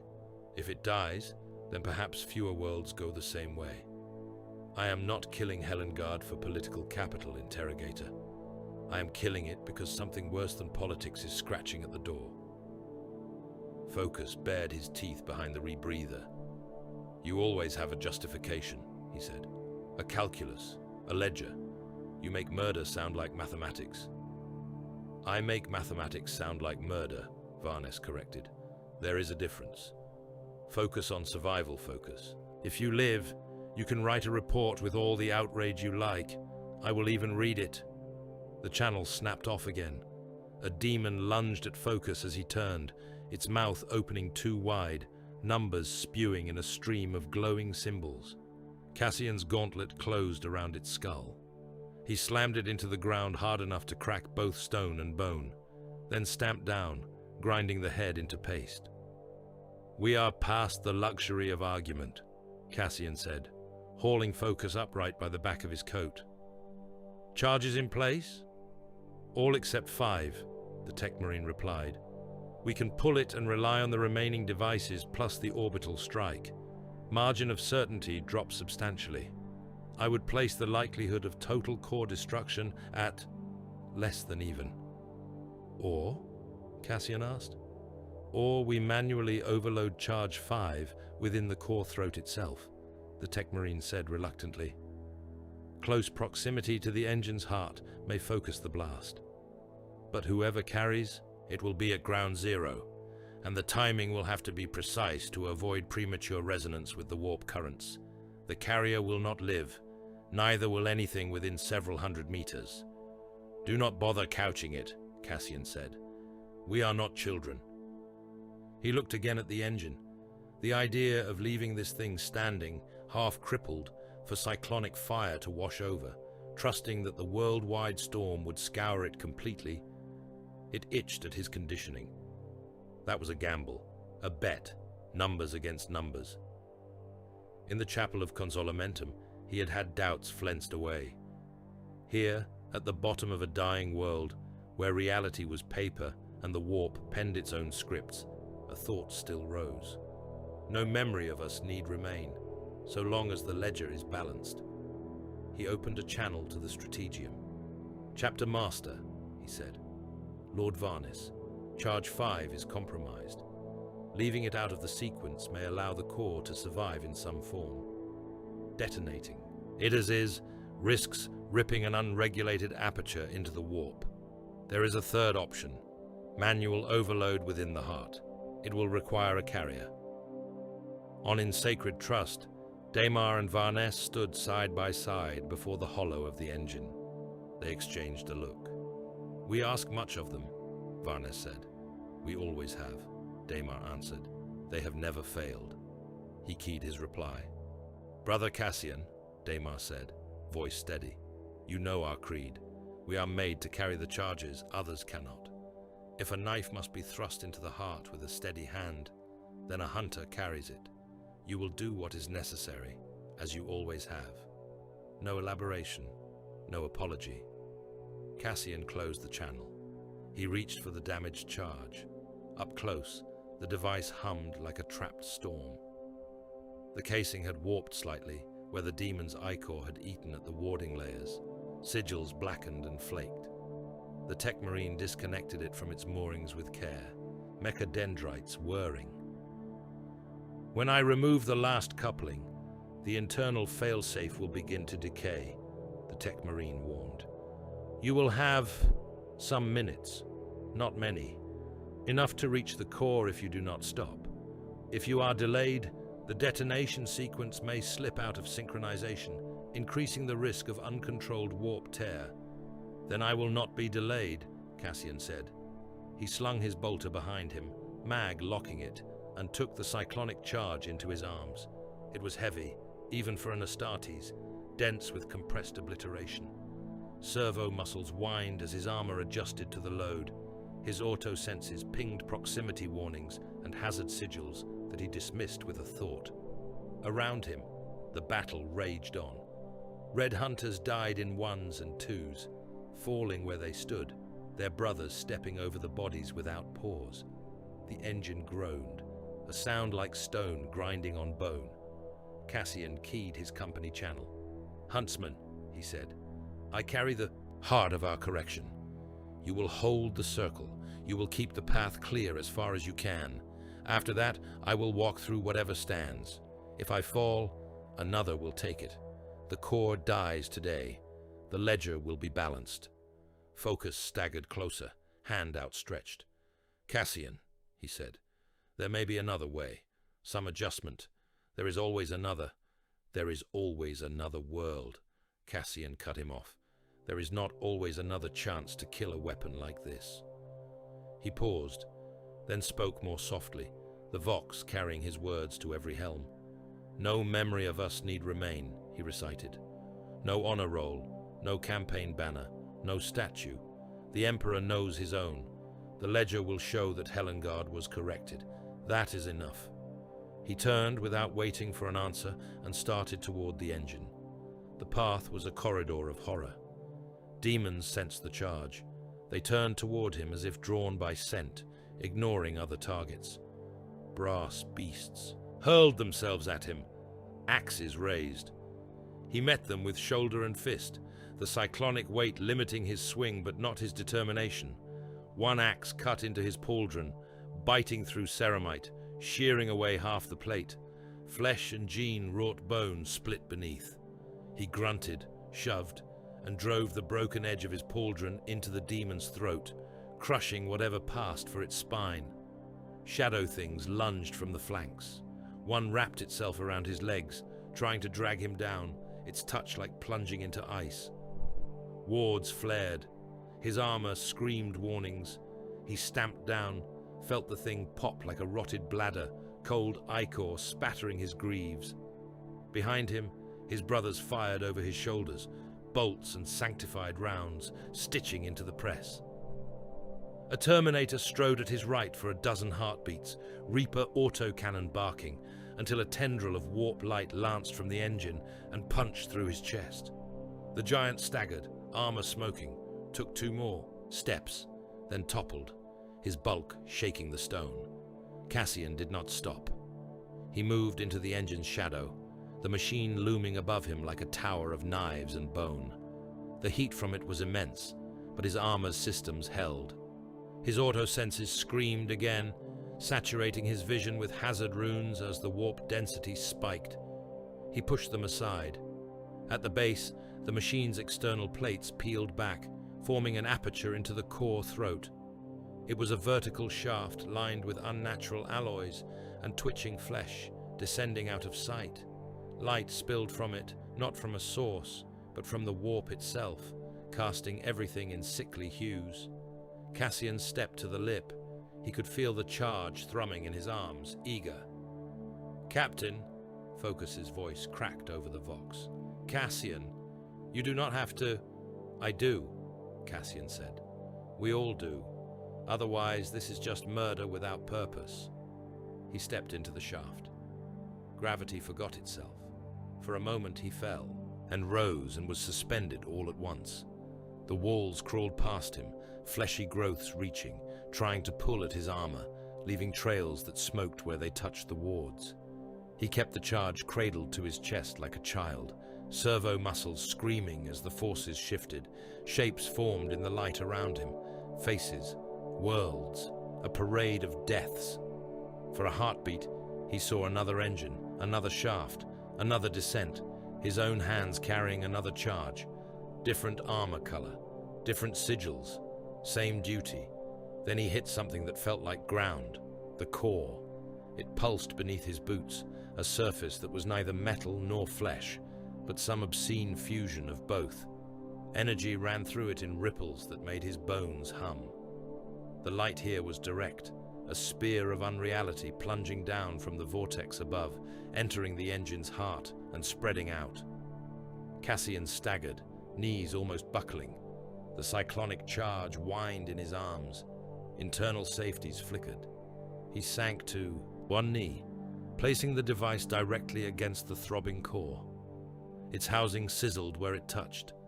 The damaged wards flared, some lines burning away entirely. He opened a vox channel to In Sacred Trust. "Brother Captain Cassian Tolomar," he said. His voice sounded oddly calm to his own ears. "Red Hunters, under Inquisitorial writ, Helengard, sealed designation. Manual overload of Cyclonic Charge 5, commencing in core locus. Authorization codes as follows." He recited long strings of High Gothic and cipher, numbers turned into words, a litany of permission and confirmation that rolled off his tongue like a prayer. Bureaucratic invocations, signatures compressed into syllables. Far above, tech marines and machine spirits listened. They acknowledged. "Sequence aligned," someone voxed. It might have been a tech marine. It might have been the engine mocking him. "Detonation will harmonize with orbital strike if triggered now." Cassian lowered his head. "For the Emperor, who will not remember my name," he said. "For the Ledger, which will not record how this felt. For the hunters who will come after, walking paths I no longer recall." He slammed his gauntleted fist down on the manual trigger rune. The cyclonic core went from a hum to a shriek. Light devoured him. For a moment, he felt his body shred, bone and ceramite and gene crafted muscle torn apart, on a level beyond simple force. Every nerve fired at once. Every scar burned. He felt as if someone were writing him out of existence with a pen made of sunfire, crossing his name off a list so violently the parchment tore. Then, even that sensation vanished. In orbit, In Sacred Trust's lance decks opened like the petals of some predatory flower. Cyclonic torpedoes burned from their launch tubes, engines flaring, warheads primed. They plunged toward Helengard, their descent tracked by augurs and the watchful eyes of tech marines and inquisitors alike. In the span between heartbeats, Charge 5 went critical in the engine's core. The machine that had bent probability screamed, its wards shattered inward, alien alloys vaporized, demonic flesh exploded. The warp vortex above it convulsed as its anchor was cut, spinning madly, twisting in on itself. The cyclonic warheads entered the atmosphere. Helengard's sky ignited. From the surface, those who still had eyes to look up saw the clouds split by threads of white fire. The air thickened, then burned. Storm fronts turned to walls of plasma. Hive spires, already wounded, toppled as their foundations crumbled and their superstructures melted. Seas boiled. Continents heaved. In the core, the engine died. Its death cry tore through the planet, a wave of unreality that met the onrushing storm of cyclonic fury and was annihilated in the clash. For a brief, impossible moment, Helengard was a ball of light, a single searing star carved too close to a void ship's hull. On, in Sacred Trust's viewing, galleries, those who watched, saw the world bloom. No sound came through the armored glass, only silent petals of fire spreading, overlapping, consuming. The brightness washed out Auspex feeds, forcing systems to shutter or overload. 29 billion souls, give or take whatever margin the Adeptus Administratum would later decide upon, went out like candles in a gale. When the glare faded, Helengard was no longer a world of hives and shrines and plains. It was a smouldering shell, atmosphere gone, surface scoured to slag and vitrified plains.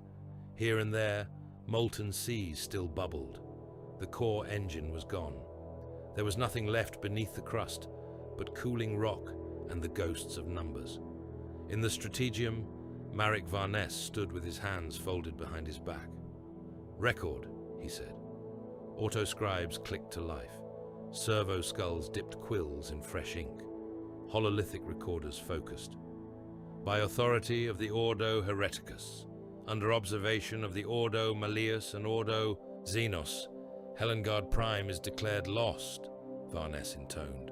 His voice carried the measured cadence of an official report, flat and precise. Cause of death, uncontrollable warp incursion, focused beneath the primary hive, beyond the capacity of Imperial forces to contain. He paced slowly as he spoke, each step measured. Astartes elements of the Red Hunters chapter, acting under seal, deployed in support of inquisitorial operations. Their conduct is recorded as exemplary under conditions of extreme contamination. Numerous Red Hunters battle brothers are confirmed slain in the line of duty. Their names are entered in restricted ledgers. He did not say that one of those names was Cassian Ptolemar. He did not need to. The ledger would show a number. Astra Militarum regiments attached to the Helengard defense acted with dutiful compliance, he continued. Despite inevitable breakdowns in local command authority due to warp interference, their sacrifice delayed the spread of the incursion sufficiently to allow exterminators to be executed. Their loss is considered acceptable within strategic parameters. He did not mention Colonel Varric by name. The trenches, the strafing runs, those were not helpful details. Lord Inquisitor Jerick Holst of the Ordo Hereticus is confirmed deceased, Varnes said. Investigations into his actions and decisions prior to the declaration of exterminatus have revealed doctrinal inconsistencies and potential compromise. He is recorded as having acted with insufficient resolve in the early stages of the crisis, contributing indirectly to the severity of the final outcome.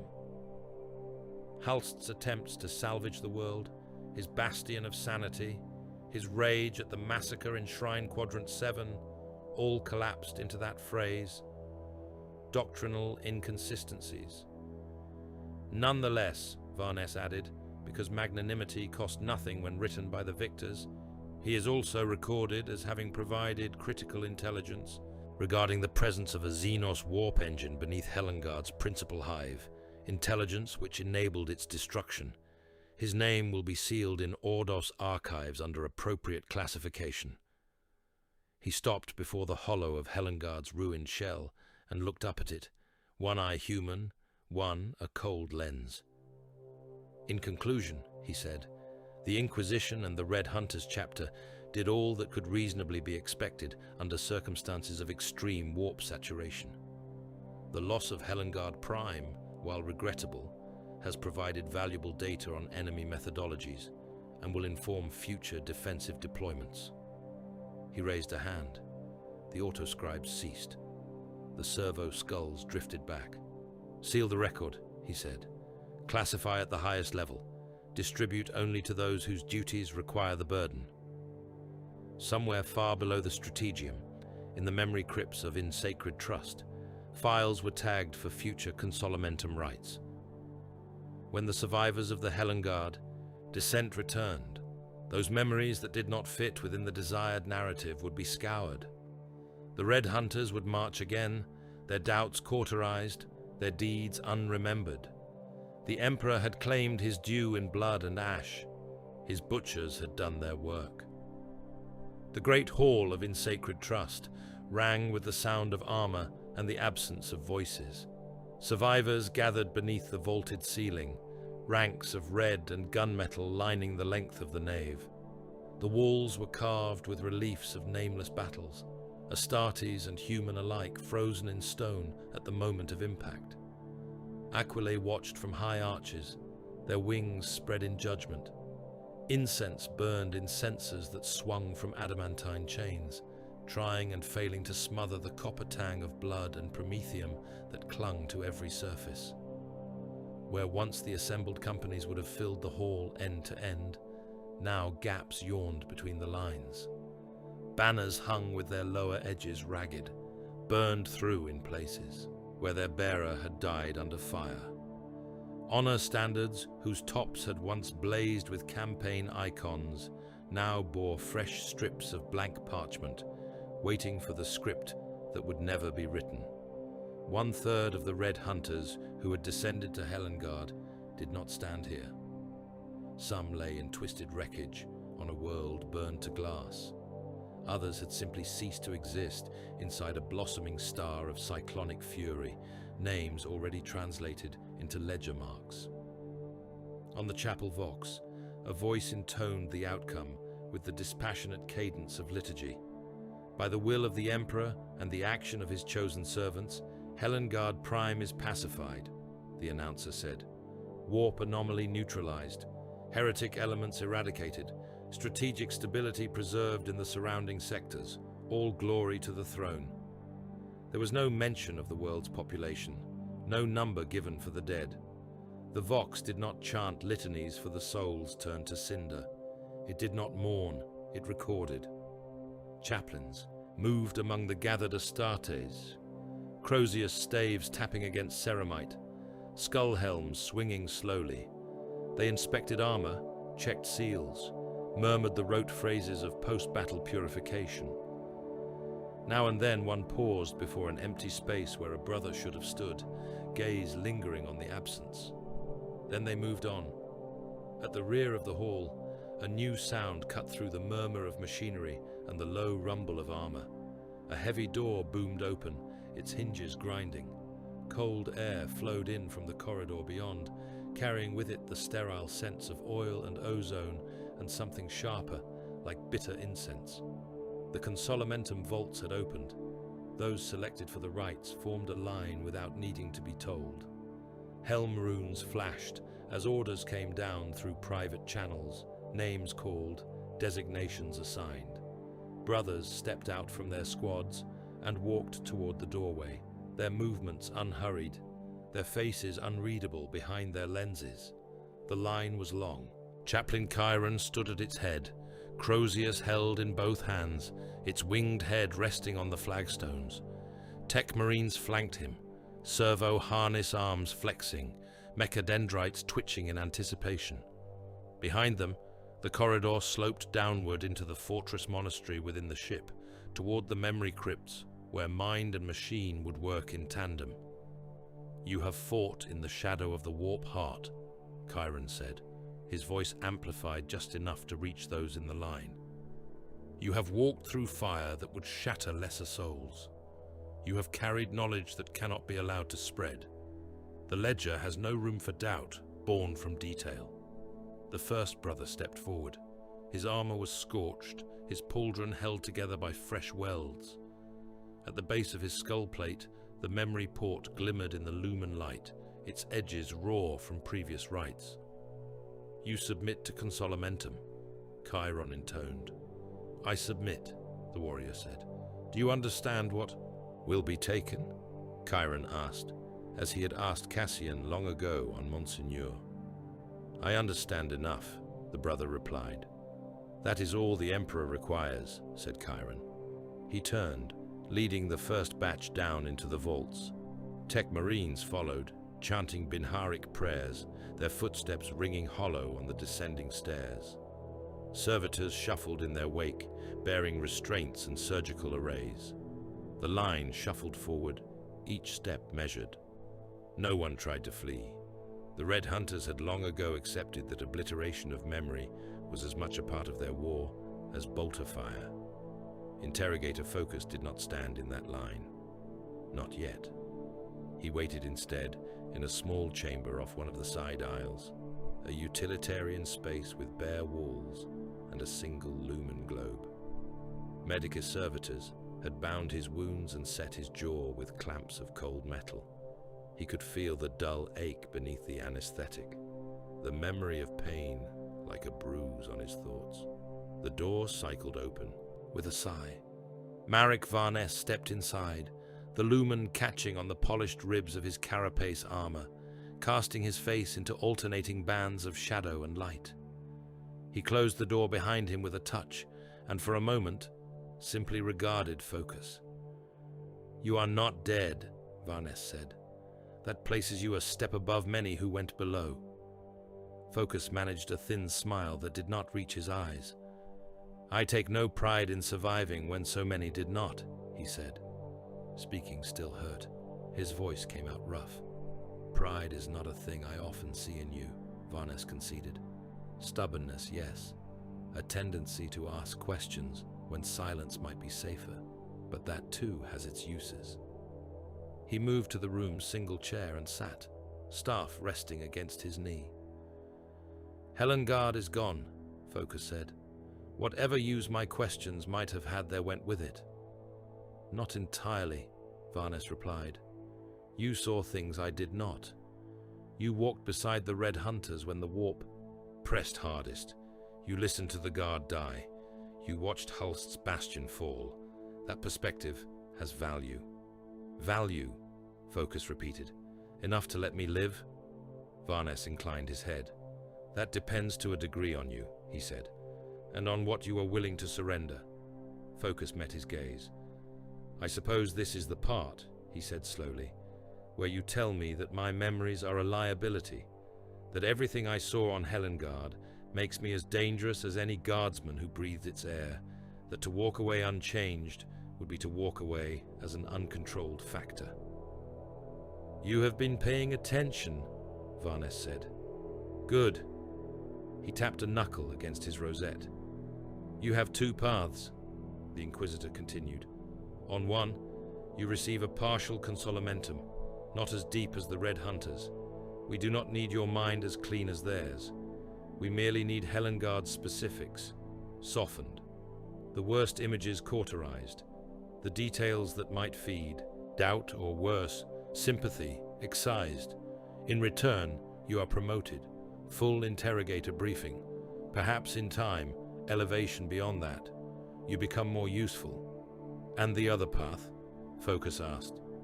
Varnes's expression did not change. "The other path is refusal," he said, "which tells me that you value your recollection of Helengard more than you value your duty, that your attachment to what you have seen outweighs your trust in the Ordo's judgment.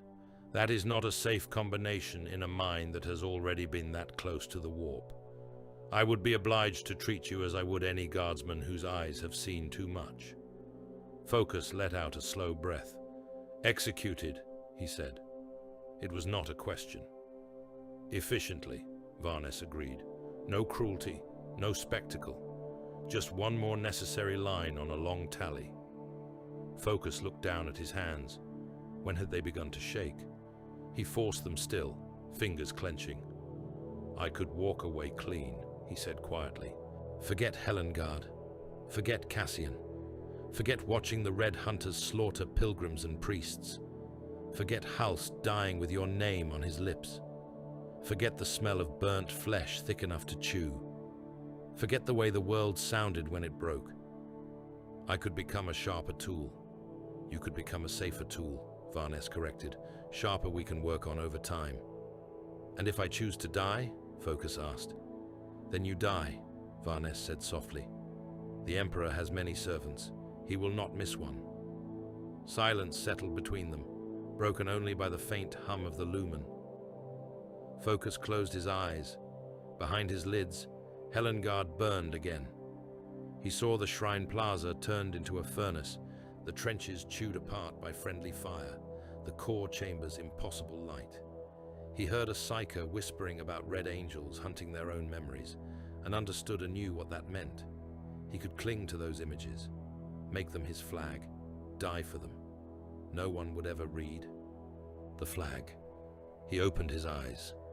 Do it, he said. Strip it. Leave what you need. I am tired of smelling ash every time I close my eyes. Varnes nodded once, as if this were the answer he had expected all along. A medici team is waiting outside, he said, rising. They will take you to a more delicate Consolmentum vault than the ones the Red Hunters use. We do not need your mind cracked, merely edited. He paused at the door.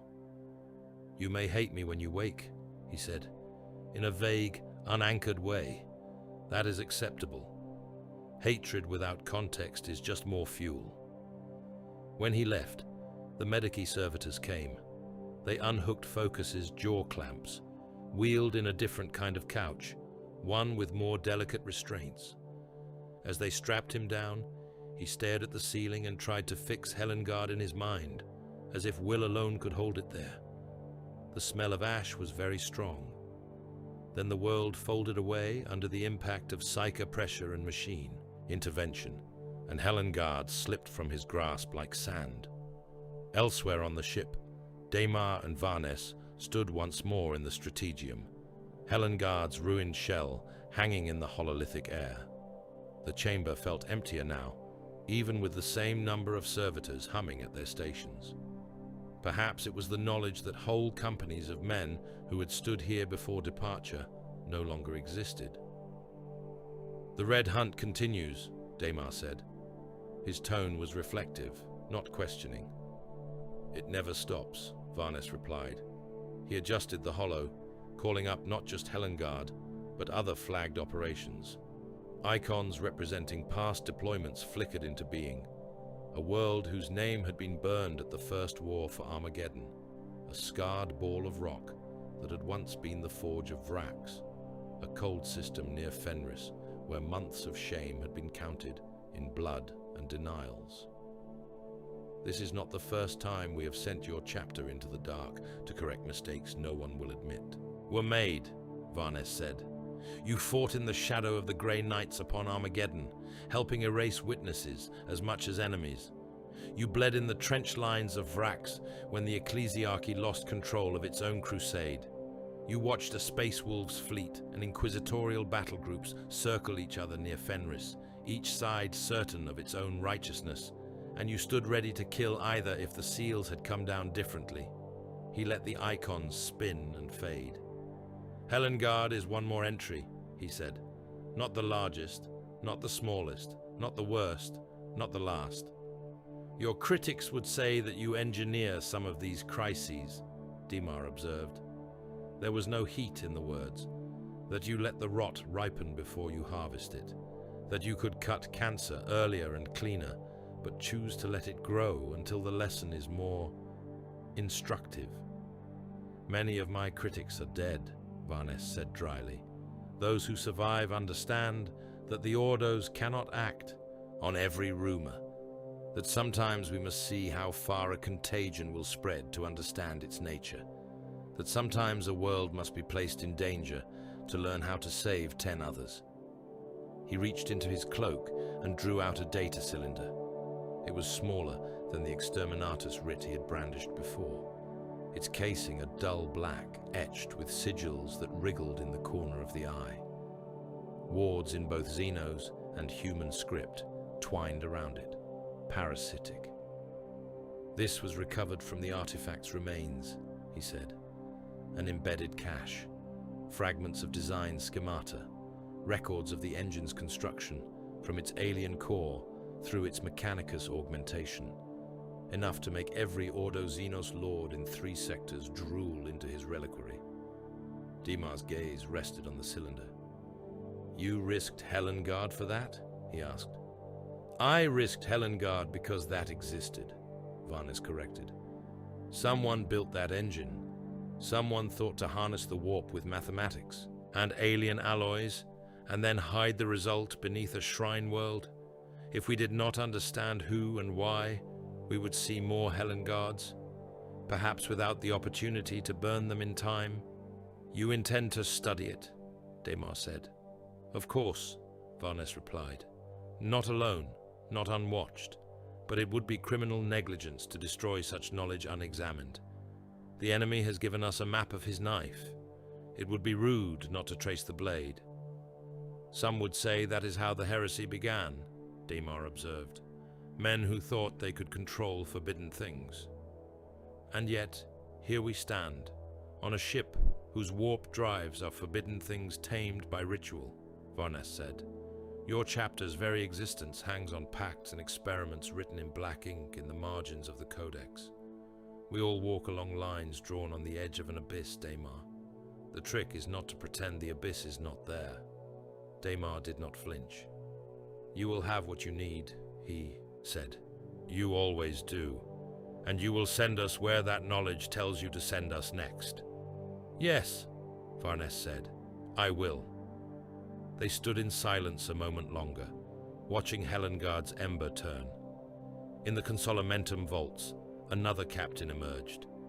He stepped through the heavy door, with the slow care of a man who had just been reminded how his limbs worked. His armor was clean, freshly anointed, the worst of the battle damage repaired.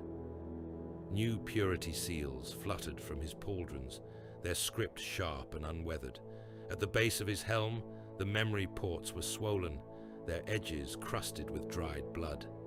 A serf waited with his helm. The captain took it, turning it over in his hands for a moment before locking it into place. The auto-sensors came alive, bright and clear. No hazard runes, no warp warnings, just the ship, just the halls. He walked to his company's banner hall without consciously deciding to. His boots knew the path. The doors opened to reveal ranks of honor standards lining the walls, each one bearing cloth embroidered with campaign names and theater sigils. He scanned them. Monseigneur stood out, the fortress monastery's founding carved in proud script. There were others. Armageddon, though the details were deliberately vague. Vrax, reduced to a single line about a siege. The Fenris incident, referenced only by a ship's name and a date. One length of pole near the back bore no banner, just a bare crossbeam with the faint outline of scorch marks where cloth had once hung and been removed. Below, the plaque that should have borne a campaign name was blank. The captain stared at it. Something twisted in his gut. Not quite pain, not quite recognition. A sense that something had been taken, leaving behind a space that would never quite fill. He could not recall what belonged there. He only knew that when he looked at the empty place, a smell rose in his nose. Not incense, not machine oil, ash, heavy and cloying, as if his lungs remembered breathing a dead world. He turned away. There was no time to stand and puzzle over gaps. There was always another deployment, another name to carve and later erase. On a medici slab in a different part of the ship, focus woke. The ceiling above him was white and smooth. Lumen strips buzzed softly. He tasted copper and antiseptic. His jaw felt tight, as if someone had replaced parts of it while he slept. His head ached in a way normal painkillers did not quite touch.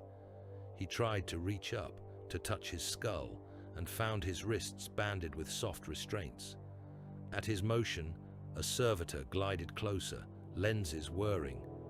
"Subject regaining consciousness," it said in a bland tone. The door opened. Varnes entered, the same as he had been in the small room before, if perhaps a fraction more tired in the lines around his eyes. "How do you feel?" the Inquisitor asked. Focus considered the question. "Empty," he said at last, "and as if I have slept too long. There is a taste, smoke. Side effects," Varnes said. "Your mind has been scrubbed of certain specifics.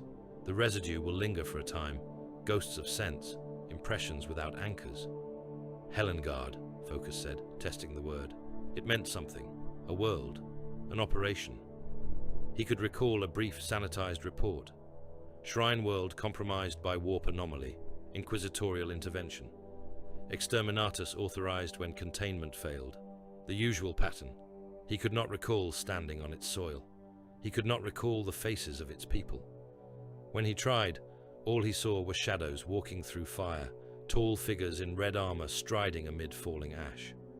"Do you remember your name?" Varnes asked. "Focus," he said. "Interrogator." "Good," Varnes said. "And your duty?" "To serve the Ordos," Focus replied automatically. The words came easier than his own name. To root out heresy, to question where others accept, to obey when the seal falls. Varnes smiled. "Some things we leave untouched," he said. "I have need of men who ask questions. I merely require that they not drag the shades of a dead world behind every interrogation." Focus licked dry lips. "Did I choose this?" he asked. Varnes considered. "You did," he said. "You chose to live. You chose to be useful. The details of how we achieved that are no longer your burden." Focus closed his eyes again. He saw the red giants walking through fire, their outlines blurred. He smelled ash. "When do we leave?" he asked. "Soon," Varnes said. "There is always another war." The astropathic choir sang of it even then. In a deep, warded chamber near the spine of Insacred Trust, hooded figures swayed on their thrones, their mouths murmuring in voices that were not entirely their own. Warp currents lapped at their souls. Signals flickered, seals flared. A new message burned through the choir, bending. Them like reeds. Disturbance in a distant sector. A chapter no longer answering the right signals. Reports of ritual killings that went beyond what the Codex and the chaplains allowed. A planet whose tithes no longer matched its population, where numbers once again refused to add up cleanly. An inquisitorial seal accompanied the plea. Not Varnes's. Another's. It did not matter. The message reached the Strategium. Daemar read it. Varnes watched him. "Again," the chapter master said. "Again," Varnes agreed. Orders spread through the ship. Course corrections rippled out as helm crews and navigators adjusted the Insacred Trust's path. Her attendant strike cruisers fired test burns, their engines flaring like distant stars. Munitorum adepts redrafted supply tallies. Armories unlocked vaults, releasing munitions that had absorbed prayers for too long. In the Great Hall, the Vox changed. Where before it had proclaimed victory, now it spoke of preparation. Red. "Hunters," an unseen voice called. "By the authority of the Ordos, you are summoned to a new theater. Helldrift in the fringe sectors has been flagged as compromised. Astartes elements no longer respond to command. You will arm, you will embark, you will hunt." The line outside the Consolmentum vaults shortened.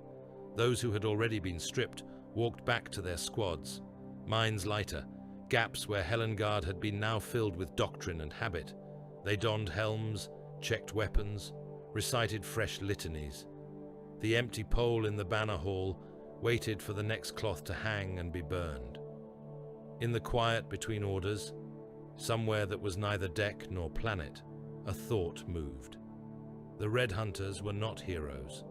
They were not martyrs. They were not even, in the strictest sense, soldiers. They were a function, a correction. They worshipped the Emperor as a god, distant and immobile on his throne, and the Inquisition as the hand that moved beneath his will. They doubted themselves before they doubted a seal.